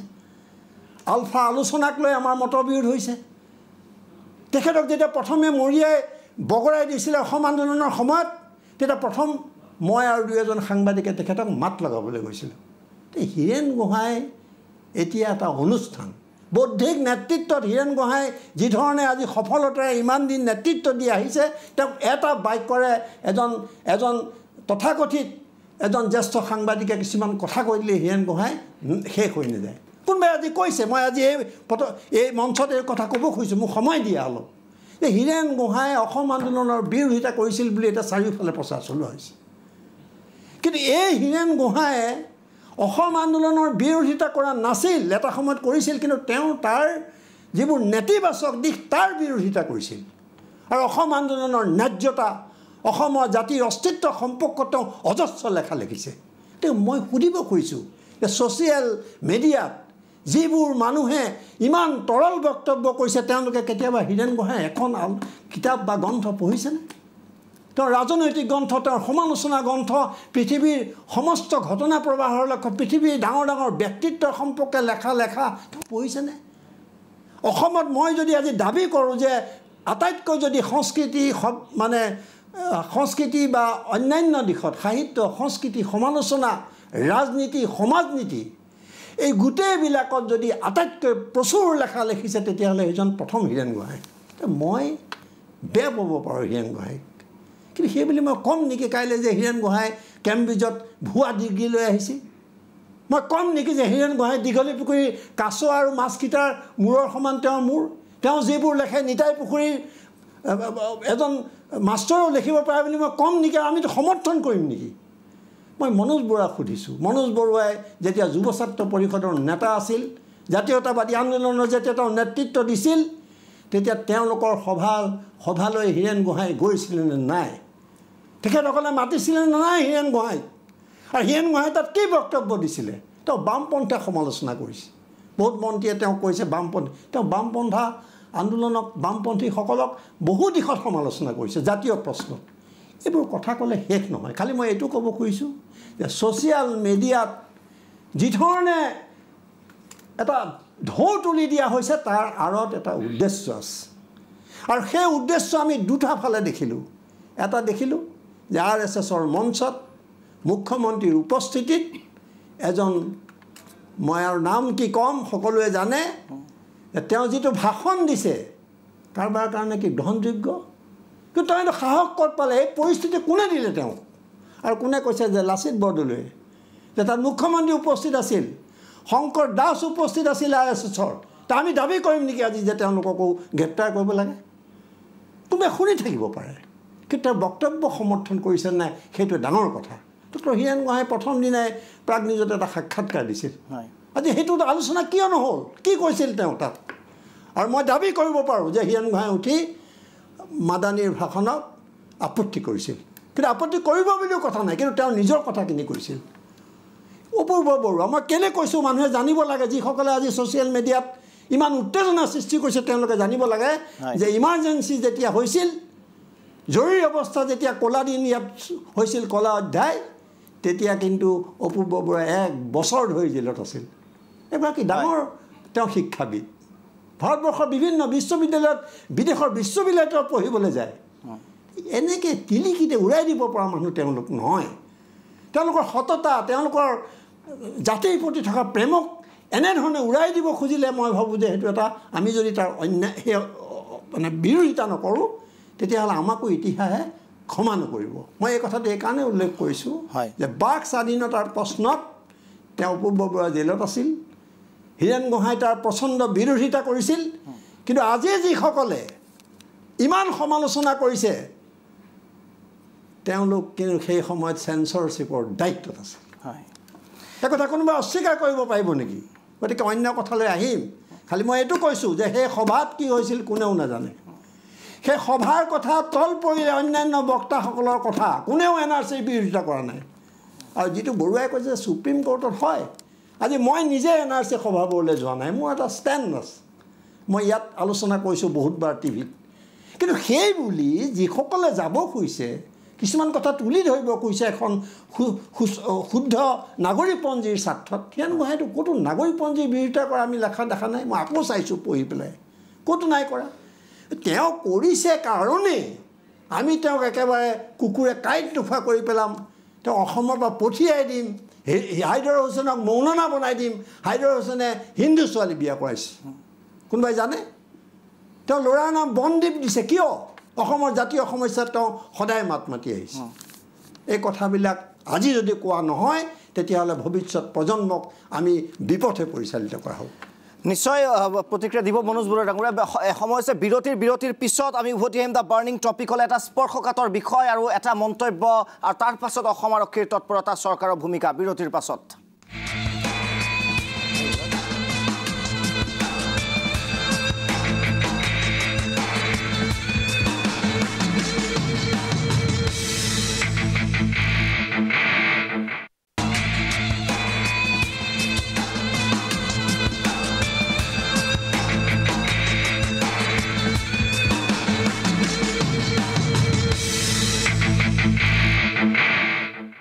উভতি আহিছোঁ বিৰতিৰ পিছত শেহতীয়া ঘটনাপ্ৰবাহ ৰাজ্যৰ ৰাজনৈতিক মহলত সামাজিক ক্ষেত্ৰত বিভিন্ন ক্ষেত্ৰত প্ৰতিক্ৰিয়াৰ বিভিন্ন মহলে প্ৰতিক্ৰিয়া প্ৰকাশ কৰিছে এই প্ৰতিক্ৰিয়াসমূহ স্পষ্ট কৰাৰ আমি প্ৰয়াস কৰিছোঁ দ্য বাৰ্নিং টপিকত মনোজ বৰুৱা ডাঙৰীয়া আপোনাৰ ওচৰত আহিব বিচাৰিছোঁ অজিত কুমাৰ ভূঞা ডাঙৰীয়াই যিখিনি বিষয় উত্থাপন কৰিলে সেই বিষয়খিনি সন্দৰ্ভত আমাৰ আচলতে বক্তব্যটো আছিল এনেধৰণৰ আমাৰ বক্তব্যটো সম্পূৰ্ণ কৰিবলৈ দিয়া নহ'ল অনুগ্ৰহ কৰি আমি অকণমান সময় বিচাৰিছোঁ আমাৰ বক্তব্যটো যাতে সম্পূৰ্ণ কৰিবলৈ দিয়া হয় আমি ক'ব বিচাৰিছোঁ এইটো কথা যে ডক্টৰ হীৰেণ গোহাঁইয়ে ডক্টৰ অপূৰ্ব বৰুৱা কে ধৰি বাকী যিসকল বুদ্ধিজীৱী চিন্তাবিদ আজি নতুন দিল্লীৰ সেইখন আলোচনা হ'বলৈ গ'ল সেইসকলক সমালোচনাৰ নামত আজি যিখিনি কৰ্মকাণ্ড হ'ল অসমত সেই বিষয়খিনি উত্থাপন কৰিবলৈ যাওঁতে আমি এটা দিশ আমি আহ্বান কৰিছোঁ প্ৰথম কথাটো হ'ল যে আমি আজি ধৰ্মনিৰপেক্ষতাৰ কথা যেতিয়া ক'ম ধৰ্মনিৰপেক্ষতাৰ চিন্তা ধৰ্মনিৰপেক্ষতাৰ ধাৰণা ই কিন্তু একপক্ষীয় হ'ব নোৱাৰিব আজি যদি আমি আৰছাদ মাদানীৰ দৰে এগৰাকী ধৰ্মীয় নেতাৰ লগত একেলগে সভাত অংশগ্ৰহণ কৰিব পাৰোঁ আৰু একে সময়তে যদি আজি আমি অন্য ধৰ্মৰ কোনোবা নেতাক আমি অসমত প্ৰৱেশ নিষিদ্ধ কৰিব লাগে বুলি আমি দাবী উত্থাপন কৰোঁ তেতিয়াহ'লে কিন্তু পক্ষপাত দুষ্ট ভূমিকা এটা আমি অৱতীৰ্ণ হোৱা কথাটো বুজাব সেই কথাখিনি আমি ক'ব বিচাৰিছিলোঁ দ্বিতীয়তে কেৱল এই সমালোচনা আজি যিসকল বুদ্ধিজীৱী আৰু চিন্তাবিদ আজি চব প্ৰথম কথা হ'ল যে আমি ভাৰতীয় জনতা পাৰ্টীৰ মুখপাত্ৰ আমি বক্তব্য ৰাখিম ভাৰতীয় জনতা পাৰ্টীৰ হৈ কোনোবা জ্যেষ্ঠ সাংবাদিকে কি কৈছে কোনোবা অন্য সংগঠনে কি কৈছে তাৰ দায়িত্ব বা সেইসকলৰ হৈ পেলাই আমি ওকালতি কৰিবলৈ নাযাওঁ আমি ভাৰতীয় জনতা পাৰ্টীয়ে আনুষ্ঠানিক যিটো বক্তব্য ৰাখিছোঁ সেই আনুষ্ঠানিক বক্তব্যত আজিলৈকে অশ্ৰদ্ধা প্ৰকাশ কৰি ডক্টৰ হীৰেণ গোহাঁই ডাঙৰীয়াক আমি কোনো কথা কোৱা নাই দ্বিতীয় দিনাই এখন সংবাদমেল যোগে যিখন সংবাদমেল ব্যক্তিগতভাৱে আমিয়ে সম্বোধন কৰিছোঁ তাত এটা শব্দ নাই এটা বাক্য নাই য'ত ডক্টৰ হীৰেণ গোহাঁই এইখিনি কথা এইকাৰণে কৈছোঁ অজিত কুমাৰ ভূঞা ডাঙৰীয়াই ব্যক্তিগতভাৱে আমাক জানে ডক্টৰ হীৰেণ গোহাঁই ডাঙৰীয়াৰ সৈতে আমি কৰা কামখিনি সম্পৰ্কতো তেখেতে অৱগত কিন্তু ৰাইজক জনাব বিচাৰিছে বুলি আমি ভাবিছোঁ তেখেতে যিহেতু প্ৰশ্নখিনি উত্থাপন কৰিছে গতিকে এতিয়া মূল বিষয়টো হ'ল যে এই পক্ষপাতদুষ্ট ভূমিকাটো কিন্তু আমি কাৰো পৰা আশা নকৰোঁ আমাৰ এই সৰু প্ৰশ্নটোৰ উত্তৰ কিন্তু লাগিব আমি কাকো অশ্ৰদ্ধা কৰিব খোজা নাই এগৰাকীক যদি আমি কওঁ যে অসমত নিষিদ্ধ কৰিব লাগে অসমৰ পৰা খেদাই পঠিয়াব লাগে অন্য এগৰাকীৰ সৈতে আমি যদি অংশগ্ৰহণ কৰোঁ তেতিয়াহ'লে সেই কথাখিনি কিন্তু আহিব অকণমান স্পষ্টীকৰণ এটা ময়ো দিওঁ যে আমি পক্ষপাতদুষ্ট হয়তো আমি বিৰোধিতাই কৰোঁ মই কৈছোঁ যে বহুত কথা তেওঁলোকৰ আমি NRC আমি মিটিঙত আমাকো মাতা হৈছে ক'তো আমি যোৱা নাই এটা হয়তো তাত মোৰ এটা দৃষ্টিভংগী তেওঁলোকৰ লগত তফাত আছে কিন্তু মই কৈছোঁ যে যিটো পৰিৱেশ তৈয়াৰ কৰা হৈছে এতিয়া মনোজ বৰুৱাক ভাল পাইছোঁ যে তেওঁ সেইদিনা সংবাদমেলত তেনেকুৱা একো কৰা নাই উচ্চবাচ্য কৰা নাই মাদানীক টাৰ্গেট কৰি লৈছে সকলোৱে কৈছে আজি লাচিত বৰদলৈ অসম গণ পৰিষদ দলে দেখা গৈছে যে তেওঁলোকৰ নাম লোৱা নাই সেই মানুহকেইজনৰ তাৰ এটা তেওঁলোক ধন্যবাদৰ পাত্ৰ আৰু আছোঁ সদৌ অসম ছাত্ৰ সন্থাই আনকি দেখা গৈছে যে তেওঁলোকে কেতিয়াও মাদানীক সমালোচনা কৰিছে কিন্তু সেই বস্তুটোলৈ সোমাই যোৱা নাই এতিয়া কথা হ'ল মনোজ বৰুৱাক মই এইটো মনত পেলাই দিব খুজিছোঁ যে যেতিয়া এই ঘটনাটো ঘটিল মুখ্যমন্ত্ৰীয়ে খুব ভদ্ৰভাৱে কথাটো কৈছে আমাৰ তাত আপত্তি কৰিব লগা নাই কিন্তু আপোনালোকৰ আটাইতকৈ শক্তিশালী মন্ত্ৰী এগৰাকীয়ে সেইদিনাই কিন্তু হীৰেণ গোহাঁইক আকৌ তুচ্ছ তাচ্ছিল্য কৰিছে আকৌ বুলি এইকাৰণে কৈছোঁ বিভিন্ন বিষয়ত যিধৰণে তুচ্ছ তাচ্ছিল্য কৰে আনকি বাতৰি কাকতবোৰ সমালোচনা কৰিছে যিবোৰ বাতৰি কাকতে হীৰেণ গোহাঁই লেখা প্ৰকাশ কৰে আপোনালোকৰ এগৰাকী সাংসদ কামাখ্যা প্ৰসাদ তাছা তেওঁৰ হিন্দী ইংৰাজী ভাষাৰ জ্ঞান আমি নাজানো কিমান আছে নাজানো কিন্তু জানো আমি তেওঁ সংসদত গৈ কি কৰে তেওঁ যেতিয়া কৈ দিব পাৰে যে হীৰেণ গোহাঁই একোৱেই নহয় হীৰেণ গোহাঁইক আৰু বেয়া শব্দ ব্যৱহাৰ কৰিছে তেওঁ সেই কথাটো কিন্তু বিজেপিৰ গালৈ যায়গৈ মই সেই কথাটো ক'ব খুজিছোঁ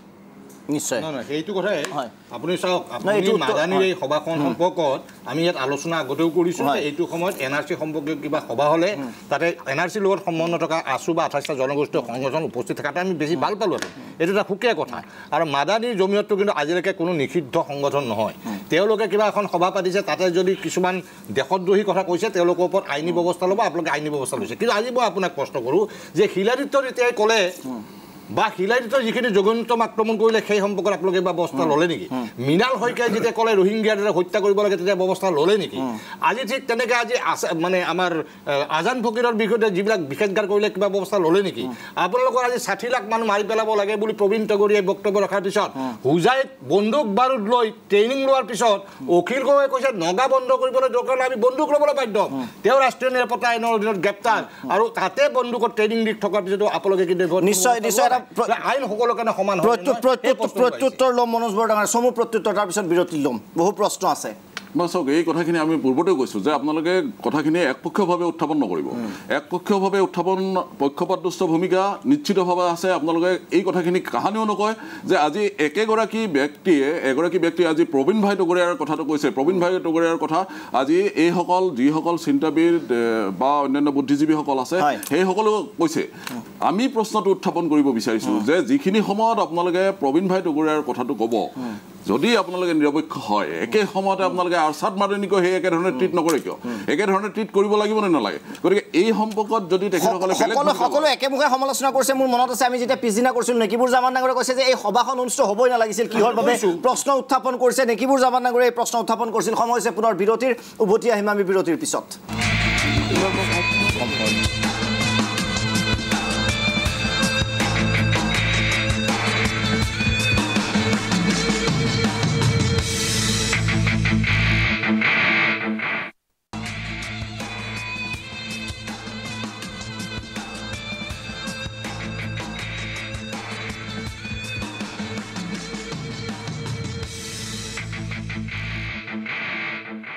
উভতি আহিছোঁ বিৰতিৰ পিছত আহিব বিচাৰিছোঁ লাচিত বৰদলৈ ডাঙৰীয়া আপোনাৰ ওচৰলৈ নহয় চাওক আমাৰ মনোজ বৰা ডাঙৰীয়া আমাৰ মৰমৰ ভাই তেখেতৰ লগত এটা কথাত আমি একমত যে আমি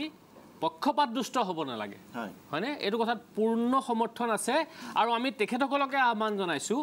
যে পক্ষপাতদুষ্ট নহৈ সাম্প্ৰদায়িক মন্তব্য কৰাৰ কাৰণে আৰছাদ মাদানীৰ বিৰুদ্ধে যেনেকৈ ব্যৱস্থা লোৱা হৈছে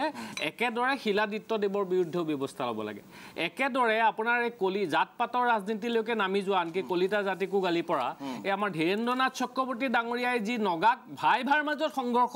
লগাবলৈ চেষ্টা কৰিছে তেওঁৰ বিৰুদ্ধেও তাৎক্ষণিকভাৱে ব্যৱস্থা ল'ব লাগে তেতিয়াহে আমি বুজিম যে চৰকাৰখনে পক্ষপাতমুক্তভাৱে কাম কৰিছে সকলো ধৰণৰ সাম্প্ৰদায়িকতাৰ বিৰুদ্ধে গোষ্ঠী সংঘৰ্ষ বিয়পাবলৈ কৰা ষড়যন্ত্ৰৰ বিৰুদ্ধে চৰকাৰে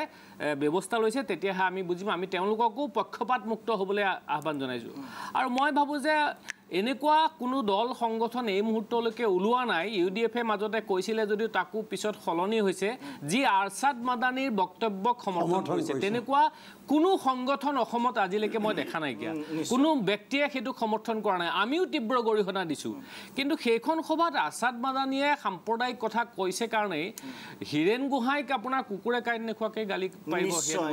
যিটো তদন্তৰ যিটো দেখা গৈছে হেঁচা একেবাৰে সাংঘাতিক মূল কথাটো হৈছে যে একেধৰণৰ তৎপৰতা কিন্তু বাকীকেইটা গোচৰত আমি দেখা নাই আমি তেখেতসকলক আহ্বান জনাওঁ যে যেনেদৰে আৰছাদ মাদানীৰ সাম্প্ৰদায়িক মন্তব্যৰ বিৰুদ্ধে তৎপৰ হৈছে একেধৰণে ধীৰেন্দ্ৰ নাথ চক্ৰৱৰ্তী শিলাদিত্যদেৱ আৰু বাকী যিসকলে সাম্প্ৰদায়িক মন্তব্য কৰিছে তেখেতসকলৰ বিৰুদ্ধে সমান আচলতে হ'বলৈ লুৰিণজ্যোতি গগৈ চাওক এটা কথা আমি বাৰে বাৰে কৈ আহিছোঁ যে সেইখন আলোচনা সভা দিল্লীত কৰাটো কোনো কাৰণতে যুক্তিপূৰ্ণ নাছিল সেই সময়ত প্ৰয়োজন নাছিল কাৰণ মহামান্য উচ্চতম ন্যায়ালয়ত গোটেই বিষয়টো চলি থকাৰ সময়ত কাৰোবাৰ যদি কিবা ইয়াক লৈ যদি আপত্তি আছিল কাৰোবাৰ যদি ইয়াৰ অসন্তুষ্টি আছিল তাৰ কাৰণে উচ্চতম ন্যায়ালয়ৰ দুৱাৰ খোলা আছিল সেইটো প্ৰথম কথা দ্বিতীয় কথাটো হ'ল যে সাম্প্ৰদায়িকতা মৌলবাদৰ আমি একদম চূড়ান্ত বিৰোধী যিকোনো ধৰণৰ সাম্প্ৰদায়িকতা আৰু এই সাম্প্ৰদায়িক চিন্তা চৰ্চা তাৰ লগে লগে আৰু এটা কথা মই যোগ কৰিব খুজিছোঁ সাম্প্ৰদায়িকতা বা অন্যান্য বিষয়সমূহৰ লগত এটা বস্তু সমতা আৰু গণতন্ত্ৰৰ যিটো কথা সকলো মানুহৰে সাম্প্ৰদায়িকতাৰ প্ৰতি দৃষ্টিভংগী সমান দৃষ্টিভংগী তাৰ বিৰোধিতাৰ কথাটো যিটো কৈছোঁ বিৰোধিতাৰ দৃষ্টিভংগী সকলো মানুহৰে সি বুদ্ধিজীৱীয়ে হওক সি বেলেগ কমন মানুহে হওক বা দল সংগঠনে হওক সকলোৰে সাম্প্ৰদায়িকতাবাদী দৃষ্টিভংগী সমতাৰ দৃষ্টিভংগী আৰু গণতান্ত্ৰিক দৃষ্টিভংগী চাব লাগিব সেইটো হ'ল দ্বিতীয় কথা কাৰো এই বিষয়টোত পক্ষপাতদুষ্ট কাৰো দৃষ্টিভংগী থাকিব নালাগে সেইটো তৃতীয় কথা আৰু 4 নম্বৰ কথাটো হ'ল যে ন্যায়িক যিটো ব্যৱস্থা প্ৰশাসনিক যিটো ব্যৱস্থা সেই ব্যৱস্থাটো সকলোৰে কাৰণে সমান সমদৃষ্টিভংগী সমতাৰ আধাৰত প্ৰতিষ্ঠিত হ'ব লাগে আৰু তাৰ লগে লগে চতুৰ্থ কথাটো ক'ব খুজিছোঁ ডক্টৰ হীৰেণ গোহাঁই বা অসমৰ সমাজ জীৱনৰ যিসকল পুৰোধা যিসকল ব্যক্তি আছে সেইসকল ব্যক্তিৰ তেওঁলোকৰ জ্ঞান তেওঁলোকৰ গৰিমা তেওঁলোকৰ প্ৰজ্ঞা কোনোবা এগৰাকী ব্যক্তিয়ে বুঢ়া আঙুলি দেখুৱাব কিবা কথা ক'ব ছ'চিয়েল মিডিয়া ছাইটত বেয়া আলোচনা হ'ব সেইটো কথাই সেনেকুৱা ব্যক্তিৰ তেওঁলোকৰ সৃষ্টি তেওঁলোকৰ জ্ঞান তেওঁলোকৰ গৰিমা তেওঁলোকৰ বুদ্ধি প্ৰজ্ঞা এইটো কেতিয়াও শেষ কৰি দিব নোৱাৰে আচৰিত হ'ব নালাগে আৰু জানি থওক এইগৰাকী ব্যক্তিক কেৱল মাত্ৰ ছ'চিয়েল মিডিয়া ছাইটত সৰ্বসাধাৰণ ৰাইজেই সমালোচনা কৰা নাই এনে কিছু জ্যেষ্ঠ মন্ত্ৰী আছে এনেকুৱা কিছু সাংসদ আছে এনেকুৱা কিছু মন্ত্ৰী আছে এনেকুৱা কিছু বিধায়ক আছে সেইসকলেও অত্যন্ত অসামাজিক অশালীন শব্দ যিটো অসমীয়া সমাজ জীৱন আৰু অসমীয়া সাংস্কৃতিক পৰিৱেশত এইটো কেতিয়াও লক্ষণ নহয় কেতিয়াও গ্ৰহণযোগ্য নহয় আৰু বৃহত্তৰ অসমীয়া জাতিৰ বাবে ক্ষতিকাৰক দেৱব্ৰত শইকীয়া ডাঙৰীয়া আপোনাৰ ওচৰত আহিব বিচাৰিছোঁ যিদৰে আৰক্ষীৰ তৎপৰতা দেখা গৈছে যিদৰে তেওঁলোকে অনুসন্ধান কৰিছে আপুনি কি ভাবে যে মূল যিসমূহ বিষয় আছে সেই বিষয়সমূহৰ পৰা ডাইভাৰ্ট কৰা এটা প্ৰচেষ্টা নেকি বিজেপি চৰকাৰৰ চাওক এটা বিজেপি দলৰ আৰছাদ মাদানী ডাঙৰীয়াৰ প্ৰতি এটা ক্ষোভ আছে কাৰণ তেখেতে যেতিয়া 2002 চনত গুজৰাটৰ যি হত্যাকাণ্ড হৈছিল গোদ্ৰা হত্যাকাণ্ড সেই সময়ত আৰছাদ মাদানী ডাঙৰীয়াই মুকলিকৈ কৈছিল যে নৰেন্দ্ৰ মোদী ডাঙৰীয়াক কোনো মুছলমান মানুহে ক্ষমা নকৰে যিহেতু তেখেত ৰেছপন্সিবল 2002 চনৰ গুজৰাটৰ হত্যাকাণ্ডৰ বাবে সেই গতিকে মই ভাবোঁ যে এটা বিজেপি দলৰ এটা বিশেষকৈ তেখেতৰ ওপৰত কিবা এটা পুতক তুলিবলৈ ক্ষোভ আছে আৰু দ্বিতীয়তে জামিয়াত উলেমাই হিন্দ 1919 চনত স্থাপন হৈছে আৰু তেওঁলোকে ভাৰতীয় ইছলামিক বিদ্ৰোহসকলৰ এটা সংঘ এতিয়া এই সংঘটোৱে ভাৰতৰ ধৰ্মৰ ভিত্তিত বিভাজন হোৱাটো বিচৰা নাছিল কাৰণে কংগ্ৰেছ দলৰ লগত স্বাধীনতা আন্দোলনত একেলগে কাম কৰিছিল আৰু স্বাধীনতাৰ পিছত তেখেতসকলে সমাজ সেৱাৰ দিশত আগবাঢ়ি গ'ল ৰাজনীতিৰ পৰা তেখেতসকল আঁতৰি গ'ল এতিয়া সেইখিনি সময়তে কিন্তু হিন্দু মহাসভা বা মুছলিম লীগে দেশখন ধৰ্মৰ ভিত্তিত দুভাগ হোৱাটো বিচাৰিছিল আৰু তেতিয়াৰ পৰাই তেনে এখিনি শক্তিৰ লগত এই জামিয়াত উলেমাৰ এটা মানে বিৰোধী দলপতিৰ যিটো নহয় মই কথাখিনি আজিৰ সময়ত আৰছাদ মাদানীক সমৰ্থন কৰি পেলাই আপুনি বক্তব্য ৰাখিবলৈ নাযাব মই আপোনাক যিহেতু আপোনালোকে আপুনি যিহেতু ধৰ্ম নিৰপেক্ষতাৰ কথা ক'লে সেই গতিকে মই এইখিনি ক'ব লগা কথা হৈছে কাৰণ আপুনি ক'লে যে ধৰ্ম নিৰপেক্ষতাৰ কথা আমাৰ দেশত গণতন্ত্ৰ আছে আমাৰ সাংবিধানিক ফ্ৰীডম অফ স্পীচ আমাৰ ফ্ৰীডম অফ স্পীচ আৰ্টিকল 19 আমাৰ অধিকাৰ আছে গতিকে আমাৰ কোন অসমৰ ৰকিবুল হুছেইন ডাঙৰীয়াৰ লগত জমিয়ত উলেমা অসমৰ কথাখিনি শুনি লওক আপুনি মই আপুনি কথাখিনি শুনি লওক জমিয়ত উলেমা অসমৰ উপসভাপতি ডাঙৰীয়াই এটা বক্তব্য ৰাখিছিলে তেখেতে কৈছে there is no scope for intolerance মই ইংৰাজীত তেওঁৰ উদ্ধৃতি দিব বিচাৰিছোঁ there must be debate and dissent in democracy আৰু সেই গতিকে মই ক'ব লগা হৈছে যিখিনি ইনটলাৰেঞ্চ হৈছে যে হীৰেণ গোহাঁই ডাঙৰীয়াৰ বা হাইদৰদা বা অপূৰ্ব বৰুৱাৰ বিষয়ে যিখিনি এইখিনি আপুনি কৈ আছিলে ধৰ্ম নিৰপেক্ষতাৰ কথা মই সেইকাৰণে এইখিনি কথা ক'ব লগা হৈছে যে যিটো সংগঠন জামিয়াতক ধৰ্ম নিৰপেক্ষ বুলিয়ে মই গণ্য কৰোঁ আৰু যিহেতু আমাৰ বাক স্বাধীনতা সংবিধানে দিছে সেই গতিকে ক'ব পাৰে তাত সেইখিনি যে চবেই গ্ৰহণ কৰিব লাগিব সেইটোতো কথা নহয় মই প্ৰথম দিনাই ময়ো বিবৃতি দিছোঁ যে যিখন দিল্লীত মিটিং হ'ল এই মিটিংখন আমি কোনো প্ৰয়োজন নাছিলে প্ৰথম কথা আৰু দ্বিতীয় কথা এইটো আমি গৰিহণা দিছোঁ তেওঁৰ এইখিনি যিখিনি মন্তব্য সেইখিনি গ্ৰহণযোগ্য নহয় কিন্তু তাৰপিছতো মহাত্মা গান্ধীয়ে ক'বৰ দৰে যে মই মোৰ ঘৰটোৰ সকলো দুৱাৰ মই বন্ধ কৰি ৰাখিব নিবিচাৰোঁ মই সকলো ৰকমৰ বিভিন্ন বতাহ আহিব লাগিব বিভিন্ন অপিনিয়ন আহিব লাগিব তাৰপিছত মই এটা সুস্থ মত ল'ম সেই গতিকে আমি যিহেতু এনেকুৱা কথাত বিশ্বাস কৰোঁ সেই গতিকে মই এইটো ক'ব লগা হৈছে আৰু আমি কেতিয়াও কোৱা নাই যে NRC-খন বাহিৰা মানুহৰ ডক্টৰ হীৰেণ গোহাঁই ডাঙৰীয়াৰ প্ৰথমবাৰৰ বাবে এই কথাটো আপুনি টেপটোত তেওঁৰ সেইদিনাখনৰ মিটিঙৰ যিটো বক্তব্য আপুনি বক্তব্যটো টিভি বাইটত আছে তাত তেখেতে কৈছে যে মই নিবিচাৰোঁ যে কোনো অভাৰতীয়ক ভাৰতীয় কৰা হওক তেখেতৰ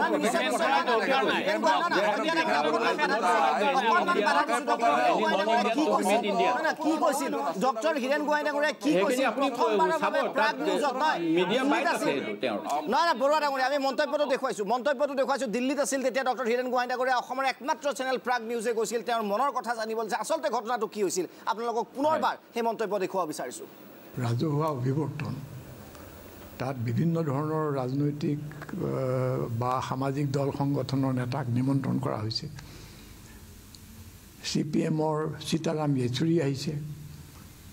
প্ৰফেচাৰ যোগেন্দ্ৰ যাদৱ আহিছে অপূৰ্বানন্দ বুলি আৰু বিভিন্ন নাম কৰা বুদ্ধিজীৱী তাৰপিছত তোমাৰ বিদ্বান মানুহ আহিছে ছাত্ৰ ছাত্ৰী বহুত আহিছে তাৰ ভিতৰত আমি যেতিয়া ডাইচত বহিলোঁ আমাৰ ওচৰত মাদানীক বহাই দিলে তেওঁ এজন মানে অংশগ্ৰহণকাৰী বোধ হয়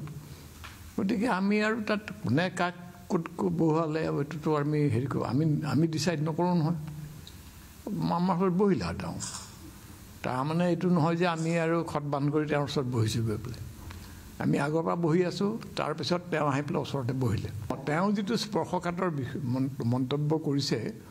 তেওঁ মানে মই শুনাত মোৰতো ওচৰতে বহি আছিলে তেওঁ হঠাৎ কৈ দিলে যে এনেকৈ 70 লাখ মুছলিমৰ মানে নাগৰিকত্বৰ সংকট হ'ব হেৰি ম্যানমাৰৰ ৰোহিংগাৰ নিচিনা সমস্যা হ'ব মই লগে লগে অনুভৱ কৰিলোঁ এইটো অত্যন্ত প্ৰৰোচনামূলক মন্তব্য হৈছে আৰু বিভ্ৰান্তিকৰ বিপদজনক মই লগে লগে উঠি ক'লোঁ যে এই ধৰণৰ কথাৰ লগত আমাৰ কোনো হেৰি নাই মই কৈছোঁ যে এই ধৰণৰ কথাৰ লগত আমাৰ কোনো সহমত নাই আমি সকলোৱে মনত ৰখা উচিত যে মৌলানা আবুল কালাম আজাদ তেওঁ একনিষ্ঠ স্বদেশপ্ৰেমিক ভাৰতীয় আৰু ভাৰতীয় কংগ্ৰেছৰ ডাঙৰ নেতা তেওঁ জমিয়ত উলামা হিন্দৰ মানুহ আছিল স্পষ্টভাৱে কোৱা হৈছে যে তেখেতে আচলতে বিৰোধিতা কৰিছিল এই মন্তব্যৰ আৰু সেয়া যুক্তিপূৰ্ণ নহয় ইয়াৰ পিছত ক্ৰিমিনেলিবিলিটি ক'ত থাকিল এই সম্পৰ্কত যিদৰে মাৰাথন জেৰা চলিল বিৰতিৰ পিছত আমি উভতি আহিম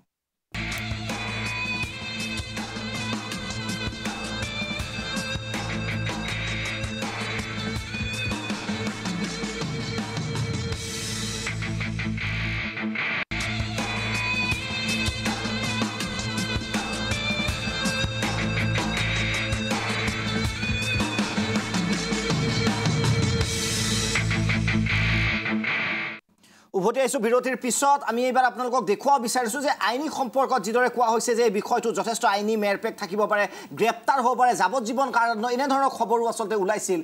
বিশিষ্ট অধিবক্তা অৰূপ বৰবৰাই কি মন্তব্য কৰিছিল সেই মন্তব্য দেখুৱাম তাৰপিছত এডিটৰ্ছ ভিউৰ বাবে যাম প্ৰকৃততে আইনীভাৱে কিমান চিৰিয়াছ এই ঘটনাটো যিমান চিৰিয়াছলি আচলতে গভৰ্ণমেণ্টে লৈছে চৰকাৰে লৈছে প্ৰথমতে মন্তব্য দেখুৱাব বিচাৰিছোঁ অৰূপ বৰবৰাৰ ৰাজহুৱা বক্তব্যৰ ক্ষেত্ৰত কেইবা ধৰণৰ দূষণীয় বক্তব্য থাকিব পাৰে এটা হৈছে হেট স্পিচ যিটো সচৰাচৰ আমি ইজন ৰাজনীতিকে সিজন ৰাজনীতিকৰ বিৰুদ্ধে দিয়া সঘনাই দেখি থাকোঁ আৰু এটা হৈছে ধৰ্ম জাতি ভাষা এইবোৰক লৈ কোনোবাই যদি এইবোৰ কথাক লৈ পেলাই উচতনিমূলকভাৱে ছ'চিয়েল হাৰমনি বা ঘৃণা শত্ৰুতামূলক ভাৱৰ জাগৰণ কৰিবলৈ কাৰণে বিচাৰে তেতিয়াহ'লে সেইটোক ভাৰতীয় দণ্ডবিধি আইনৰ 153 ক ধাৰা মতে এটা দণ্ডনীয় অপৰাধ বুলি কোৱা হৈছে আৰু যিটোৰ শাস্তি 3 বছৰলৈকে কাৰাদণ্ড হ'ব পাৰে একেদৰে মানুহৰ ধৰ্মীয় চেতনাক যদি আঘাত কৰা বক্তব্য ৰাজহুৱাকৈ কোনোবাই দিয়ে তেতিয়াহ'লে তাৰ বাবেও 6 মাহ পৰ্যন্ত শাস্তিৰ বিধান আছে সেইটো 153 সেইটো 298 ধাৰা মতে কৰিব পাৰি একেদৰে ভাৰতীয় দণ্ডবিধিৰ 153 খ ধাৰা মতে যদি কোনোবাই নেশ্যনেল ইণ্টিগ্ৰেশ্যনৰ বিৰুদ্ধে উচতনিমূলক ভাষণ দিয়ে সেইটো এটা দণ্ডযোগ্য অপৰাধ বুলি গণ্য কৰা হৈছে এতিয়া আছাদ মাছানী আৰু ধীৰেন বেজবৰুৱা এই দুজনৰ বিৰুদ্ধে উচতনিমূলক ভাষণ সংক্ৰান্তত যিটোৱে নেকি সমাজৰ সমন্বয়ৰ অহিত সাধন কৰিব পাৰে ডন খৰিয়াল লগাব পাৰে এই সংক্ৰান্তত দুটা গোচৰ দুঠাইত ৰুজু হৈছে এতিয়া মাদানীৰ গোচৰটো এতিয়ালৈকে এফআইআৰ দাখিল কৰা হৈছে অসমত আৰু তদন্ত চলিছে দিল্লীত আৰু এই গোটেই কথাখিনি মই নিউজ পেপাৰ আৰু বৈদ্যুতিন মিডিয়ামত যিখিনি দেখিছোঁ মিডিয়াত যিখিনি দেখিছোঁ সেইখিনিৰ ওপৰতে কৈছোঁ ফুল টেক্সটো মাদানীৰ ময়ো শুনা নাই আৰু মই নিজে প্ৰত্যক্ষ থাকি দুই জেগাৰ এঠাইতো নাছিলোঁ গতিকে এটা কথা হৈছে দুইৰে বক্তব্যৰ ক্ষেত্ৰত কিন্তু এটা কথা ঠিক যে বক্তব্যৰ পূৰ্ণপাঠ জানিব লাগিব আৰু তাৰ অন্তৰালত নিহিত উদ্দেশ্য অৰ্থাৎ মেনশ্ৰিয়া আদালতত প্ৰমাণিত হ'ব লাগিব তেহে এই দুইটা শাস্তি যোগ্য বিধান অভিযুক্তৰ কাৰণে সাব্যস্ত হয় আদালতত 1980 চনতে উচ্চতম ন্যায়ালয়ে এইটো বাবুৰাও পাটিলৰ গোচৰত কৈছিল তেওঁৰ শাস্তি হৈছিল হেট স্পিচ দিয়াৰ কাৰণে বা 153(1)ৰ আণ্ডাৰত তেওঁ শাস্তি প্ৰদান কৰিছিল উচ্চতম ন্যায়ালয়ে শাস্তি বাহাল ৰাখি কৈছিল যে পলিটিকেল ৰাজনৈতিক থেচিছ বুলি কৈয়ে কোনোবাই যদি উচতনিমূলক বক্তব্য দিয়ে তেন্তে তাৰ পৰা তেওঁক গা সেই বুলি ক'লেই তেওঁ দায় সাৰিব নোৱাৰে এতিয়া কথাটো হৈছে মাদানী আৰু বেজবৰুৱাৰ ক্ষেত্ৰত প্লেচ অফ অকাৰেঞ্চ দুটা সুকীয়া এটা হৈছে দিল্লীত এটা হৈছে অসমত তেন্তে দিল্লীত গোচৰ যিটো ৰজু হৈছে তাৰ তদন্তৰ জুৰিছডিকশ্যনটো কিন্তু দিল্লী পুলিচৰহে আছে সেইটো অসম পুলিচৰ জুৰিছডিকশ্যন নাই প্লেচ অফ অকাৰেঞ্চ য'ত হৈছে সহযোগিতামূলকভাৱে প্ৰিলিমিনেৰী ইনভেষ্টিগেশ্যনৰ কাৰণে যৌথভাৱে পৰস্পৰে সহায় কৰিব পাৰে যিহেতু অসম জড়িত কথা এটা আছে কিন্তু এটা কথা ঠিক তথ্যগত বিভ্ৰান্তিৰ কাৰণে ক্ৰিমিনেলিটিটো নাহে বিদেশী নাগৰিক অসমত 60 লাখ আছে বুলি কোৱা বা 50 লাখ আছে বুলি কোৱা বা ভুলকৈ 30 লাখ বা 20 লাখ বুলি কোৱাৰ কাৰণেই এজন ব্যক্তি অপৰাধত সাব্যস্ত হ'ব নোৱাৰে সেইবোৰ তথ্যগত ভুলভ্ৰান্তি হ'ব পাৰে মানুহে অজস্ৰ তথ্যগত ভুলভ্ৰান্তিৰে ৰাজহুৱা বক্তৃতা দি আহিছে এতিয়া ক'ৰবাত কোনে তেওঁক আমন্ত্ৰিত কৰিলে হল কোনে বুক কৰিলে ইত্যাদি ইত্যাদি কথাবোৰ মই ভাবোঁ তদন্তৰ নামত এটা ভেকু ভাওনা আচল কথাটো হৈছে মই এখন সভাত বহি আছোঁ সেই সভালৈ বিভিন্ন ফৈদৰ বিভিন্ন ধাৰণাৰ ব্যক্তিক আমন্ত্ৰণ জনাইছে তেওঁলোকক এখন মঞ্চ দিয়া হৈছে বা তাৰপিছত এটা যৌথ প্ৰেছ মেলৰ আয়োজন কৰা হৈছে এজন কাষতে বহি থকা লোকে উদ্ভট মন্তব্য কৰি দিলে বুলি বাকী কেইজন ব্যক্তি তাৰ কাৰণে কিমান দূৰ জগৰীয়া হ'ব সেইটো এটা প্ৰশ্নৰ কথা আছে কাৰণ বক্তব্য ৰখাজনে উদ্ভট এটা বক্তব্য দিলে কাৰণে সেই সভাখনত উপস্থিত থকা বা ডায়াছত উপস্থিত থকা আটাইবোৰ ব্যক্তি জগৰীয়া নহ'বও পাৰে আৰু নহয় নিশ্চয় অজিত কুমাৰ ভূঞা ডাঙৰীয়া আপোনাৰ ওচৰত আহিব বিচাৰিছোঁ যিদৰে মাৰাথন জেৰা চলিছিল আচলতে অৰূপ বৰবৰা ডাঙৰীয়াই স্পষ্ট কৰিছে যে তেওঁলোক কেনেকৈ দায়বদ্ধ হ'ব যিটো আপুনিও আৰম্ভণিতে মন্তব্য কৰিছিল তিলকে তাল কৰা হৈছে মই আৰম্ভণিতে মই সামান্য যিটো বুজোঁ মই এটা উদাহৰণ দিলোঁ যে আমাৰ ইয়াত থকা আটাইকেইজনেই অন্ততঃ এনেকুৱা অভিজ্ঞতা আছে যে এনেধৰণৰ বক্তৃতা হয়তো আমি ক'ৰবাত শুনি থাকিবলগীয়া হৈছে বা আমাৰ নিজৰ বক্তৃতাত তাৰ বিৰুদ্ধে ক'বলগীয়া হৈছে লগে লগে উঠি পেলাই বক্তৃতা তাৰ প্ৰতিবাদ কৰাটো আমি আয়োজক নহয় যিটো কথা বাৰে বাৰে কোৱা হৈছে আৰু বিধানসভা সংসদতো আমি দেখিছোঁ যে এনেকুৱা ধৰণৰ বহু ঘটনাক লৈ এনেকুৱা বক্তৃতা লৈ নানান সমস্যা হৈছে এতিয়া মই ভাবিছোঁ দেই যে এখন সভা আছে তাত নিকিবুজামান আছে লাচিত বৰদলৈ আছে মনোজ বৰুৱা আছে লুৰিণজ্যোতি আছে সকলো আছে তাত এজন নাথুৰাম গডছে যেনিবা সম্পৰ্কীয় কাৰোবাক মতা হ'ল আৰু তেওঁ বক্তৃতাটোত নাথুৰাম গডছেক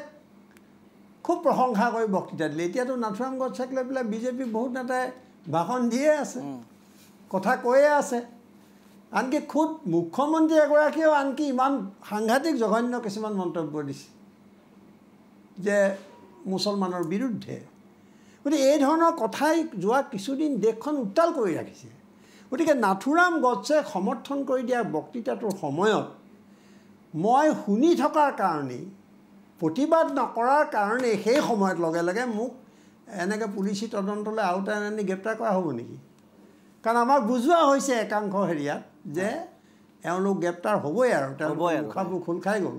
চব হৈ গ'ল আৰু হয় লুৰিণজ্যোতি গগৈ আপোনাৰ ওচৰত আহিব বিচাৰিছোঁ মই এডিটৰ্ছ বিভাগৰ অকণমান পিছত আহিম কিছু মুহূৰ্তৰ পিছত চাওক আৰক্ষীৰ তদন্ত আৰু মানে তদন্তৰ চলি থকা বা আৰক্ষীৰ দায়িত্বৰ কথা যিটো এতিয়া উল্লেখ কৰি আছে বিৰাট মানে পুলিচ প্ৰশাসন বিৰাট ব্যস্ত কিন্তু অত্যন্ত দুৰ্ভাগ্যজনকভাৱে দুটা কেছ চাব এই বিষয়টোক লৈ তেওঁলোক যিমান মানে চিৰিয়াছ যিমান এই আৰছাদ মাদানীৰ লগত থকা যিসকলক লৈ তেওঁলোকে যেনেকুৱা ধৰণৰ কাণ্ড কাৰখানা কৰি আছে এই ৰাকেশ পাল বুলি কৰা যিগৰাকী অপৰাধী আছিল এইগৰাকীক তেওঁলোকে 3 মাহৰ পিছত 60 দিনত দিবলগীয়া চাৰ্জশ্বিট নিদিয়াৰ কাৰণে উচ্চতম ন্যায়ালয়ত তেওঁলোকে আপিল কৰি তেওঁ হেৰি পালে জামিন পালে এতিয়া আৰু এটা তাতকৈ ডাঙৰ কথা এই সুবোধ বিশ্বাস নামৰ যিগৰাকীয়ে অসমৰ জাতি সত্তাৰ হৃদস্পন্দনত পানত আক্ৰমণ কৰি অসমীয়া খিলঞ্জীয়া মানুহৰ মাজত ভাগ মানে সাম্প্ৰদায়িক বিষবাস্প বিয়পাবৰ কাৰণে চিন্তা চৰ্চা কৰিছিল সেইগৰাকীকো 60 দিনত দিবলগীয়া যিখন তেওঁলোকে শপতনামা চাৰ্জশ্বিট দিব লাগে চাৰ্জশ্বিট নিদিয়াৰ কাৰণে এতিয়া তেওঁৰ জামিনৰ কাৰণে তদন্ত চলি আছে বা কি কয় উচ্চতম ন্যায়ালয়ত হেৰি বিচাৰ চলি আছে আৰু 8 ডিচেম্বৰ দিনাখন তেওঁ মুক্তি মানে জামিন পোৱাৰ এটা নিশ্চয়তাৰ দিশত অগ্ৰসৰ হৈছে অৰ্থাৎ মানে মই আগতে এবাৰ ক'লোঁ যে খেনুক দেখি এতিয়া ৰন্ধা বঢ়া কৰে আৰু খেনুক দেখি দুৱাৰ মাৰে সেনেকুৱা ধৰণৰ দৃষ্টিভংগী সমতাৰ দৃষ্টিভংগী যেনেকৈ সাম্প্ৰদায়িক আৰু সাম্প্ৰদায়িকতা আৰু মৌলবাদৰ বিৰুদ্ধে যেনেকৈ থাকিব লাগে তেনেকৈ মানুহক দিবলগীয়া ন্যায় সম্পৰ্কতো সকলোৰে সমৰ দৃষ্টিভংগী থাকিব লাগে আৰু সেইকাৰণে এই গোটেই বিষয়টোত চৰকাৰে আচলতে কোনো কাৰণতে এই বিষয়টোক লৈ যাতে ৰাজনৈতিক যাতে এজেণ্ডা হিচাপে যাতে আৰু এটা কথা ক'ব খুজিছোঁ যে ৰাষ্ট্ৰীয় নাগৰিক পঞ্জীখন উন্নীতকৰণৰ কাম কাজ চলি থাকোঁতে কিছুমান বিভেদকামী শক্তি সাম্প্ৰদায়িক শক্তিয়ে এই ৰাষ্ট্ৰীয় নাগৰিক পঞ্জীখন উন্নীতকৰণৰ প্ৰক্ৰিয়াটো যাতে বাধাগ্ৰস্ত হয় তাৰ কাৰণে বিভিন্ন ধৰণৰ চল চাতুৰি কৌশল ষড়যন্ত্ৰ চলাই আছিলে আৰু সেই ষড়যন্ত্ৰবোৰে বিভিন্ন ধৰণৰ ঘটনা পৰিঘটনা অসম ভাৰতবৰ্ষৰ বিভিন্ন প্ৰান্তত চলি আছিলে আৰু এই গোটেই ঘটনাটো দিল্লীৰ যিটো ঘটনা এই ঘটনাটো এটা মই ভাবোঁ যে অন্যতম এটা কথা কাৰণ তিনিটা পক্ষ এতিয়া ৰাষ্ট্ৰীয় নাগৰিক পঞ্জী উন্নীতকৰণৰ প্ৰক্ৰিয়া সময়ত তেওঁলোকে ভয় খাই আছে এটা হ'ল যিসকল বিদেশী যিসকল বিদেশৰ যিসকল বিদেশী আছে সঁচা অৰ্থত যিসকল বিদেশীৰ প্ৰবক্তা যিসকলে এই বিদেশীসকলক লৈ প্ৰবক্তাগিৰি কৰি থাকে যিসকলে প্ৰবক্তা তেওঁলোকৰ ৰক্ষণাবেক্ষণ দিবলৈ চেষ্টা কৰে আৰু তৃতীয় পক্ষটো যি পক্ষই বিদেশী শক্তিক লৈ বিদেশী ভোট বেংকক লৈ তেওঁলোকে ইতিমধ্যে ৰাজনীতি কৰি আছিল আৰু আহি থাকিবলগীয়া দিনসমূহতো তেওঁলোকে ৰাজনীতি কৰিব খোজে এই তিনিটা পক্ষই তেওঁলোকে নিশ্চয় অজিত কুমাৰ ভূঞা ডাঙৰীয়া আপোনাৰ ওচৰত আহিব বিচাৰিছোঁ যদি আমি যান্ত্ৰিক যিটো ব্যৱস্থা সেইটো ঠিক কৰা হৈছে আপোনাৰ ওচৰত আহিব বিচাৰিছোঁ কথাটো হয় এইখিনিতে এটা শুধৰণি দিয়া ভাল হ'ব বৰবৰাই কথাৰ প্ৰসংগত ধীৰেন চক্ৰৱৰ্তী ঠাইত হয় ধীৰেন বেজবৰুৱা বুলি ক'লে এইটো আমি এটা স্পষ্টীকৰণ দিয়া ভাল তেওঁ ধীৰেন চক্ৰৱৰ্তীৰ কথাই বুজাইছে হয় এতিয়া এই মানুহজনৰ নাম যেতিয়া ওলাইছে তেওঁ চাওক ক'ত বহি কেনেকৈ এটা আৰু কথাটো ইমান ভয়ংকৰ কথা এটা ক'লে আকৌ পিছদিনা কিন্তু তেওঁ কোনো অনুশোচনা নাই তেওঁ জাতি মানে বৰ্ণবাদৰ আশ্ৰয় ল'লে হয় আজি কলিতা জনগোষ্ঠীয়ে তাৰ কাৰণে প্ৰতিক্ৰিয়া প্ৰকাশ কৰিছে কমল মেধিৰ বিৰুদ্ধে যি ধৰণৰ কথা বতৰা ক'লে ফোনত ভাবুকি দিলে মই কথাটো কৈছোঁ যে এই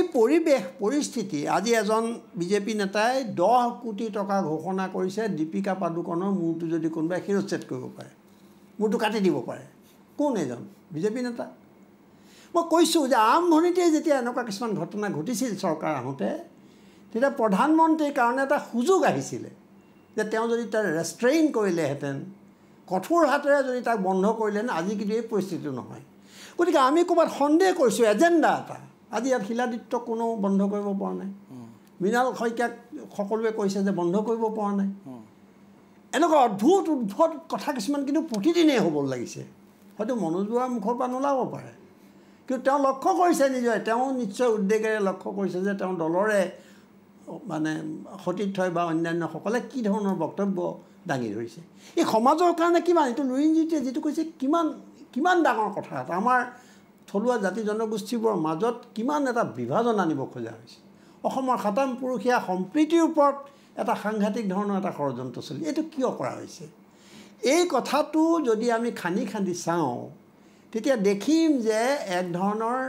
মেৰুকৰণৰ ৰাজনীতিৰ কাৰণেই কিছুমান ঘটনা ঘটিবলৈ ধৰিছে যিকাৰণে ছ'চিয়েল মিডিয়াক আমি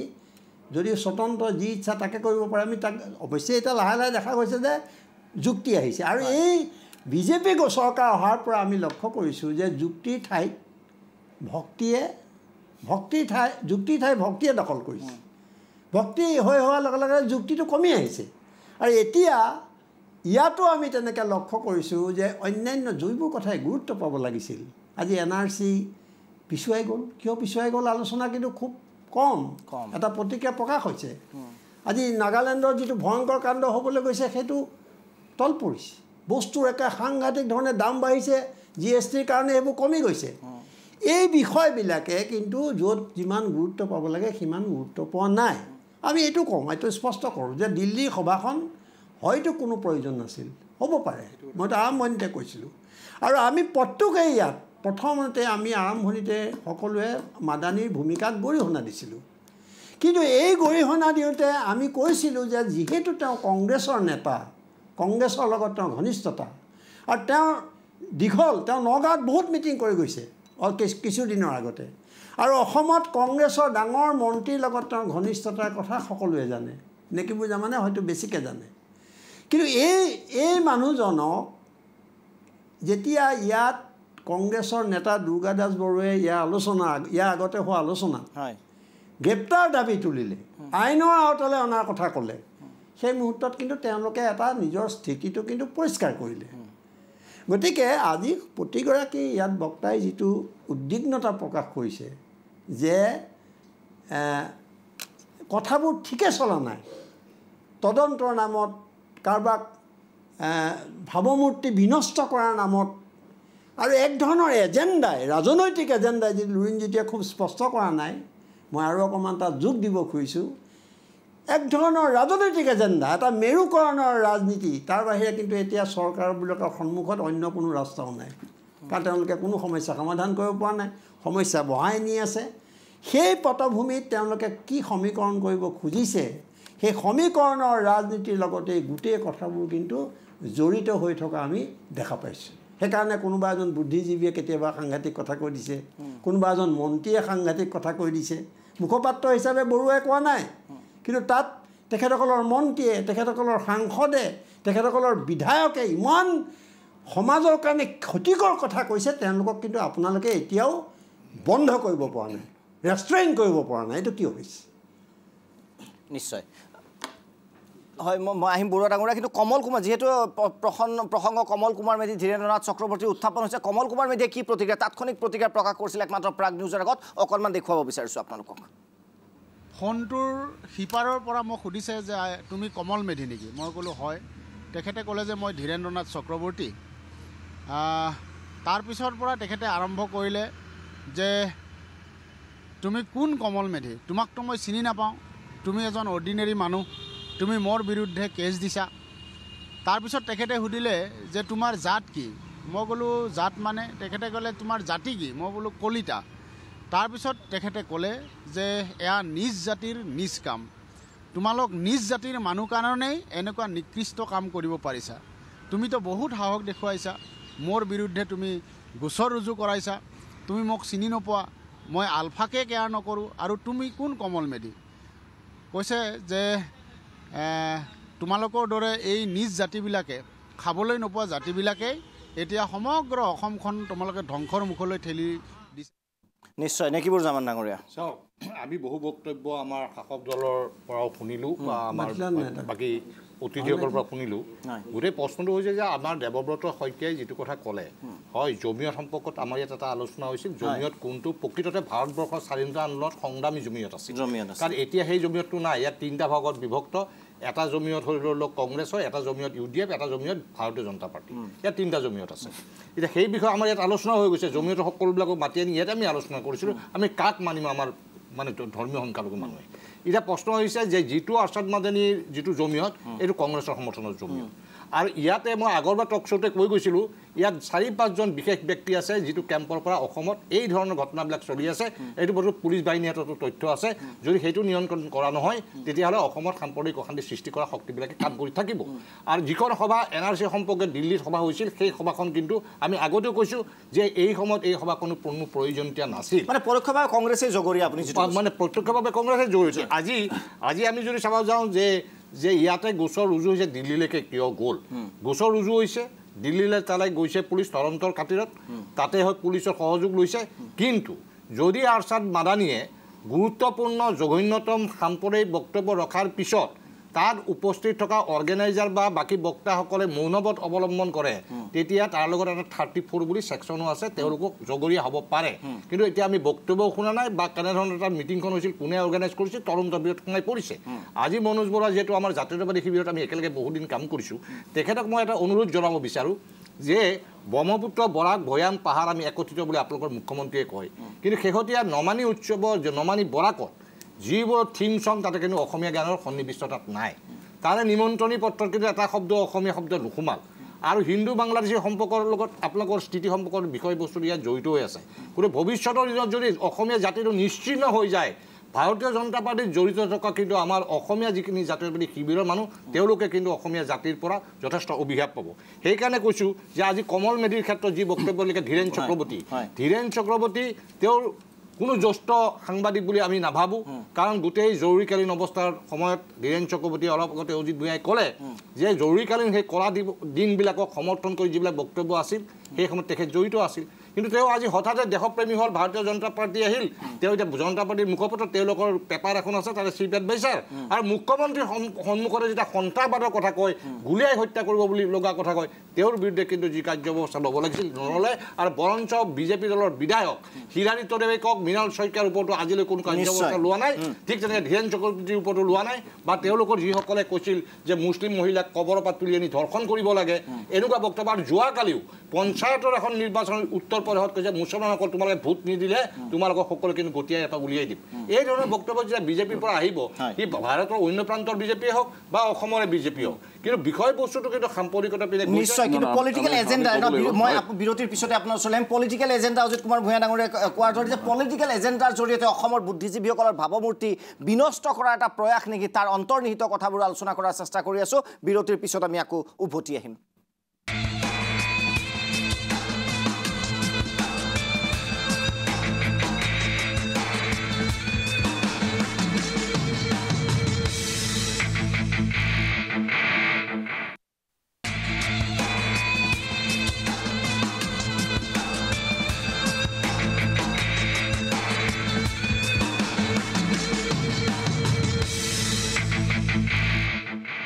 উভতি আছোঁ বিৰতিৰ পিছত প্ৰতিশ্ৰুতি দিয়া হৈছিল যে মনোজ বৰুৱা ডাঙৰীয়াৰ ওচৰলৈ যাম প্ৰত্যুত্তৰ দিব কিন্তু প্ৰত্যুত্তৰ দিয়াৰ পূৰ্বে এটা ভিডিঅ' দেখুৱাব বিচাৰিছোঁ তাৰ পিছত কেনেধৰণৰ প্ৰত্যুত্তৰ দিব মনোজ বৰুৱা ডাঙৰীয়াই সেয়া লক্ষণীয় হ'ব প্ৰবীণ ভাই তগৰীয়াৰ এটা মন্তব্য দেখুৱাব বিচাৰিছোঁ তাৰ পিছত মই প্ৰত্যুত্তৰ ল'ম সম্পূৰ্ণ সময় দিম মনোজ বৰুৱা ডাঙৰীয়াক আচলতে উচতনিমূলক মন্তব্য কাক কয় সেয়া এবাৰ চোৱা হওক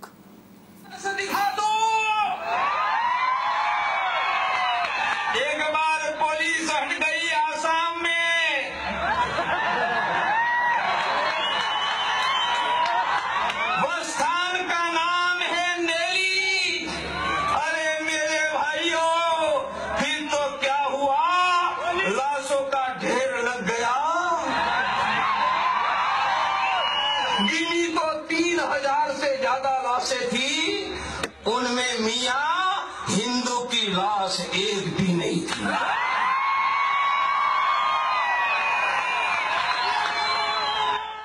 মনোজ বৰুৱা ডাঙৰীয়া চাওক আপোনালোকে প্ৰথম কথা হ'ল যে আমাক ক'বলৈ সুবিধা অকণমান প্ৰদান কৰিব আমাৰ অনুৰোধ যে গোটেইখিনি আপোনালোকে পৰিকল্পিতভাৱে এটা ধাৰণা আগবঢ়াই লৈ গৈছে আপুনি ক'বলৈ দিয়ক প্ৰাগ নিউজৰ পৰিকল্পনাৰ কথা কোৱা নাই প্ৰাগ নিউজৰ পৰিকল্পনাৰ কথা আমি ক'বলৈ নাযাওঁ প্ৰাগ নিউজে আজি সুযোগ দিছে আমাকো ক'বলৈ সুযোগ দিছে এটা পৰিকল্পনা চলিছে যে একপক্ষীয়ভাৱে সমগ্ৰ ঘটনাৰাজিক বিশ্লেষণ কৰা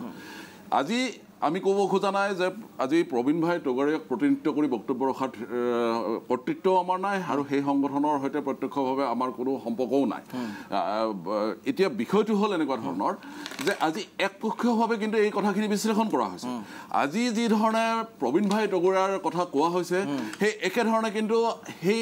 সকলোখিনি যিসকলে আজি নিৰপেক্ষ বুলি কয় আজি কৈছে নেগিবুৰ জামান ডাঙৰীয়াই কৈছে বা অন্যান্যসকলে কৈছে আজি ইয়াত উপস্থিত থকা কিন্তু বাকীসকলেও সেই একে সৎসাহস ৰাখিব লাগে মৌলানা আৰছাদ মাদানী এই মন্তব্য সম্পৰ্কে কি কয় আপুনি আমি পূৰ্বতে কৈছোঁ যে প্ৰবীণ ভাই তগৰীয়াৰ হৈ পেলাই তেখেতৰ হৈ পেলাই বক্তব্য ৰখাৰ কৰ্তৃত্ব আমাৰ নাই আমাৰ আমি ভাৰতীয় জনতা পাৰ্টীৰ দল হিচাপে দলীয় বক্তব্যকহে আমি প্ৰতিনিধিত্ব কৰিব পাৰোঁ এতিয়া মূল কথাটো হ'ল নেগিবুৰ জামান ডাঙৰীয়া এটা গুৰুত্বপূৰ্ণ বিষয় উত্থাপন কৰিছিলে যে আজি অসমৰ মাননীয় মুখ্যমন্ত্ৰী সৰ্বানন্দ সোণোৱাল ডাঙৰীয়া এটা জাতীয় প্ৰেক্ষাপটৰ পৰা আহি অসমৰ মাননীয় মুখ্যমন্ত্ৰী হিচাপে আজি দায়িত্ব গ্ৰহণ কৰিছে সেইগৰাকী মাননীয় মুখ্যমন্ত্ৰীয়ে কিন্তু এটা কথা বাৰে বাৰে কৈ আছে বাৰম্বাৰ তেখেতে আশ্বস্ত কৰিবলৈ যত্ন কৰিছে অসমৰ জনসাধাৰণক আনকি যেতিয়া এই কথাখিনি আহিছে যে অসমত ৰাষ্ট্ৰীয় নাগৰিকপঞ্জী উন্নীতকৰণৰ প্ৰক্ৰিয়ালৈ এটা অশান্তিকৰ পৰিৱেশ সৃষ্টিৰ বাতাবৰণ যেতিয়া আহিছে সেইখিনি সময়তো মুখ্যমন্ত্ৰী ডাঙৰীয়াই বাৰম্বাৰ কিন্তু কৈছে আপোনালোকে লক্ষ্য কৰিছেনে নাই মই নাজানো নিশ্চিতভাৱে লক্ষ্য কৰিছে যে অসমত প্ৰকৃত ভাৰতীয় লোক কোনো কাৰণে শংকিত হ'ব নালাগে সেই কথাষাৰ সাহসিকভাৱে শক্তিশালীভাৱে প্ৰশাসনৰ মুৰব্বী হিচাপে তেখেতে দায়িত্বশীলভাৱে সেই বক্তব্য উপস্থাপন কৰিছে আৰু আমিও বিচাৰোঁ যে ইছ্যুটো এতিয়া মই ইণ্টাৰফেয়াৰ কৰিলে আপুনি ভাবিব যে মই আকৌ বাধা দিছোঁ ইছ্যুটো আছিল যে যিদৰে হীৰেণ গোহাঁই বা অন্যান্য বুদ্ধিজীৱীক ট্ৰিট কৰা হৈছে এইবোৰ উচতনিমূলক মন্তব্য নহয় নেকি প্ৰশ্নটো আছিল আমিও সেই কথাকে ক'ব বিচাৰিছোঁ যে গোটেই বিষয়খিনি কিন্তু একেধৰণে আজি প্ৰবীণ ভাই ডগৰীয়া সম্পৰ্কত যদি আজি নিৰপেক্ষ বুলি কোৱা কোনোবা ব্যক্তি সংগঠন শক্তিয়ে এটা স্থিতি গ্ৰহণ কৰে সেই ব্যক্তি সংগঠন শক্তিয়ে কিন্তু আজি মৌলানা আৰছাদ মাদানী সন্দৰ্ভত একে স্থিতি গ্ৰহণ কৰা পৰিলক্ষিত বিভিন্ন সময়ত নহয় আমাৰ আক্ষেপটো তাতহে আমি ক'ব বিচাৰোঁ যে ৰাষ্ট্ৰীয় নাগৰিকপঞ্জী পুনৰবাৰ ক'ব বিচাৰোঁ যে ৰাষ্ট্ৰীয় নাগৰিকপঞ্জী উন্নীতকৰণৰ প্ৰক্ৰিয়াটো অসমৰ জনসাধাৰণৰ সৰ্বজন গ্ৰহণযোগ্য প্ৰক্ৰিয়া চৰকাৰে প্ৰচেষ্টা লৈছে মহামান্য উচ্চতম ন্যায়ালয়ে নিৰীক্ষণত আগবাঢ়িছে আমি আজিৰ পৰ্যায়ত ভাৰতীয় জনতা পাৰ্টীয়ে ক'ব বিচাৰোঁ যে চৰকাৰ বা মহামান্য উচ্চতম ন্যায়ালয়ৰ নিৰীক্ষণত যি প্ৰক্ৰিয়া আগবাঢ়িছে আমাৰ নাগৰিক সমাজেও এটা পৰিপূৰ্ণ নিশ্চয় তাত আপত্তি কাৰণ নাই দেৱব্ৰত শইকীয়া ডাঙৰীয়া কিন্তু আপোনালোকৰ স্থিতিক লৈহে আচলতে সমস্যা আছে দেৱব্ৰত শইকীয়া ডাঙৰীয়া শেষ মন্তব্য আপোনাৰ ওচৰত আহিব বিচাৰিছোঁ কংগ্ৰেছে কি দাবী কৰিব এই যিটো জোৰদাৰ তদন্ত চলি আছে চাওক আইন সকলোৰে বাবে সমান হ'ব লাগে প্ৰথম কথা মই সেই গতিকে প্ৰথমে মই দুজনমান মানুহৰ নাম উল্লেখ কৰিছিলোঁ টগাৰীয়া ডাঙৰীয়াৰ কথা মই কোৱা নাই কিন্তু অসম বিধানসভাৰ দুজন সদস্যই যেনেকুৱা ধৰণৰ মন্তব্য কৰিছিল সেই বিষয়টো পুলিচে তদন্ত কৰি কেছ ৰেজিষ্টাৰ কৰাটো ভাল হ'ব বুলি ভাবোঁ আশা কৰোঁ আইন সকলোৰে বাবে সমান এই কথা অসমত থকা চৰকাৰে আমাক আশ্বস্ত কৰিব আৰু দ্বিতীয়তে আমি প্ৰথমৰ পৰাই কৈ আহিছোঁ মই আমাৰ কংগ্ৰেছ দলৰ ফালৰ পৰাও যে আমি কেতিয়াও বিদেশীয়ে NRCত অন্তৰ্ভুক্ত হোৱাটো নিবিচাৰোঁ কিন্তু যিমানেই দেৰি হ'ব তিমানেই আমাৰ সন্দেহ হৈছে যে যেন কিছু বিদেশী লোকক নাগৰিকত্ব দিবলৈ এনেধৰণৰ ডিলেইং প্ৰচেছ লৈছে চৰকাৰে কেন্দ্ৰ আৰু ৰাজ্য চৰকাৰে সেই গতিকে এইটো যিমান সোনকালে পাৰে ইয়াক সমাপ্ত কৰিব পাৰিলে ভাল হয় NRCখন শুদ্ধ NRC হ'ব লাগে আৰু যিসকল বুদ্ধিজীৱীক লৈ এই গোটেই অতি অশালীন মন্তব্যখিনি কৰা হ'ল এইটো আমাৰ সকলোৰে বাবে দুৰ্ভাগ্যজনক আৰু মই প্ৰথমে কোৱাৰ দৰে ক'ম যে আমাৰ সকলোৰে নিশ্চয় এক্সপ্ৰেছন ফ্ৰীডম অফ এক্সপ্ৰেছন আছে সেই গতিকে এইটো আমি সন্মান জনাব লাগে কিন্তু সহনশীলতাটো থাকিব লাগিব নহ'লে আমাৰ বহুত অশান্তকৰ পৰিস্থিতিৰ কথাটো চৰকাৰে নিজেই আশংকা কৰি 50 কোম্পানী পাৰামিলিটাৰী ফ'ৰ্চ বা অসমলৈ আহিছে কংগ্ৰেছৰ জমিয়ত নেকি নেকিবোৰ জামান বিভ্ৰান্ত হৈছে গতিকে প্ৰশ্নটো কৰিছোঁ শেষবাৰৰ বাবে এই জমিয়ত কংগ্ৰেছৰ জমিয়ত নেকি মাদানীৰ জমিয়ত নাই মই চাওক মই কেতিয়াও কংগ্ৰেছৰ জমিয়ত বুলি জমিয়ত আছে বুলি মই এতিয়ালৈকে গম পোৱা নাই মোৰ যিমানখিনি সময়ৰ অভিজ্ঞতা কিন্তু মই এটা কথা জানো যে জমিয়ত বোলা এটা সংগঠন আছে যিটোৱে ভাৰতৰ স্বাধীনতা আন্দোলনত অংশগ্ৰহণ কৰিছিল আৰু দেশ বিভাজনৰ বিৰোধী আছিল আৰু সেই গতিকে দেশ বিভাজন বিচৰাসকল তেখেতসকলৰ শত্ৰু সেইখিনি মই জানো নিশ্চয় ধন্যবাদ জ্ঞাপন নেকিবোৰ জামান ডাঙৰীয়া তাৰপিছত মই এডিটৰ্ছ ভিউলৈ অনুষ্ঠান শেষ কৰিম এতিয়া বিৰোধী দলৰ প্ৰতি বিভ্ৰান্ত নাই মই চমুকে ক'বলৈ গৈছোঁ যে বিৰোধী দলপতিয়ে এইটো মানে তেওঁ শংকা কৰিব নালাগে কাৰণ তেওঁলোকৰ দলৰে প্ৰায়বোৰ প্ৰাক্তন মন্ত্ৰী চন্ত্ৰী এই জমিয়তটো চলাই আছে আৰু ডুবাইত বহি থকা এজন ব্যৱসায়ী তেওঁ যিহেতু সভাপতি তেওঁলোকৰ এটা সম্পৰ্কিত মানুহ গতিকে এইটো জমিয়ত যে তেওঁলোকৰ জমিয়ত আৰু বদৰুদ্দিনৰ জমিয়ত হ'ল মাহমুদ মাদানীটো আৰু ৰচিদ কাছিমিৰ জমিয়ত হ'ল ভাৰতীয় জনতা পাৰ্টি এইটো কথাটো আমি নতুনকৈ বিশ্লেষণ কৰাৰ প্ৰয়োজন নাই শেষত মই এটাই আহ্বান জনাম যে অসমৰ প্ৰতিজন অসমীয়াই ইয়াত আৰছাদ মাদানী মৌলানা মৌলবী ৰাজনীতিৰ ষড়যন্ত্ৰৰ বলি নহ'ব ইয়াত টগাৰীয়া চিৰাদিত্যদেৱ বা সাধু সন্যাসীৰ ৰাজনীতিৰ বলি হৈ জাতিগতনৰ প্ৰক্ৰিয়া যাতে ধ্বংস নকৰে সেইটো দায়িত্ব প্ৰতিজন অসমীয়া চমুকে খালি এইটো কথাই কৈছোঁ যে যিটো আমাৰ অধিবক্তাৰ বক্তব্যৰ পৰা গম পোৱা গ'ল যে সভাত উপস্থিত থকাৰ কাৰণে আমাৰ বিশিষ্ট বুদ্ধিজীৱীসকল সম্ভৱতঃ দোষী নহ'ব তেওঁলোকক আগতীয়াকৈ সামাজিকভাৱে দোষী সজোৱাৰ যিটো চক্ৰান্ত এইটো বন্ধ হ'ব লাগে 1 নম্বৰ আৰু 2 নম্বৰ কথাটো হৈছে যে বাৰে বাৰে মনোজ বৰাই কৈছে যে সকলোৱে পক্ষপাতমুক্ত হ'ব লাগে আমিও কওঁ পক্ষপাতমুক্ত হ'ব লাগে যেনেদৰে মাদানীৰ বিৰুদ্ধে ব্যৱস্থা লৈছে লওক আমি সমৰ্থন কৰোঁ একেদৰে কিন্তু আন সাম্প্ৰদায়িক শক্তি বক্তব্য দিয়াসকলৰ বিৰুদ্ধেও ব্যৱস্থা ল'ব লাগিব এইটোৱে আমাৰ তেতিয়াই নিৰপেক্ষ বুলি কোৱা হ'ব অজিত কুমাৰ ভূঞা ডাঙৰীয়া শেষ মন্তব্য আমি যথেষ্ট কৈছোঁৱেই কিন্তু মই এইটোৱে ক'ম যে আমাৰ এটা সুস্থ আৰু যুক্তিপূৰ্ণ বিতৰ্কৰ এটা পৰিৱেশ সৃষ্টি কৰিব লাগে এতিয়া যিটো পৰিৱেশ হৈছে এইটোৱে কিন্তু আমাৰ সমাজৰ বৰ ডাঙৰ ক্ষতি কৰিব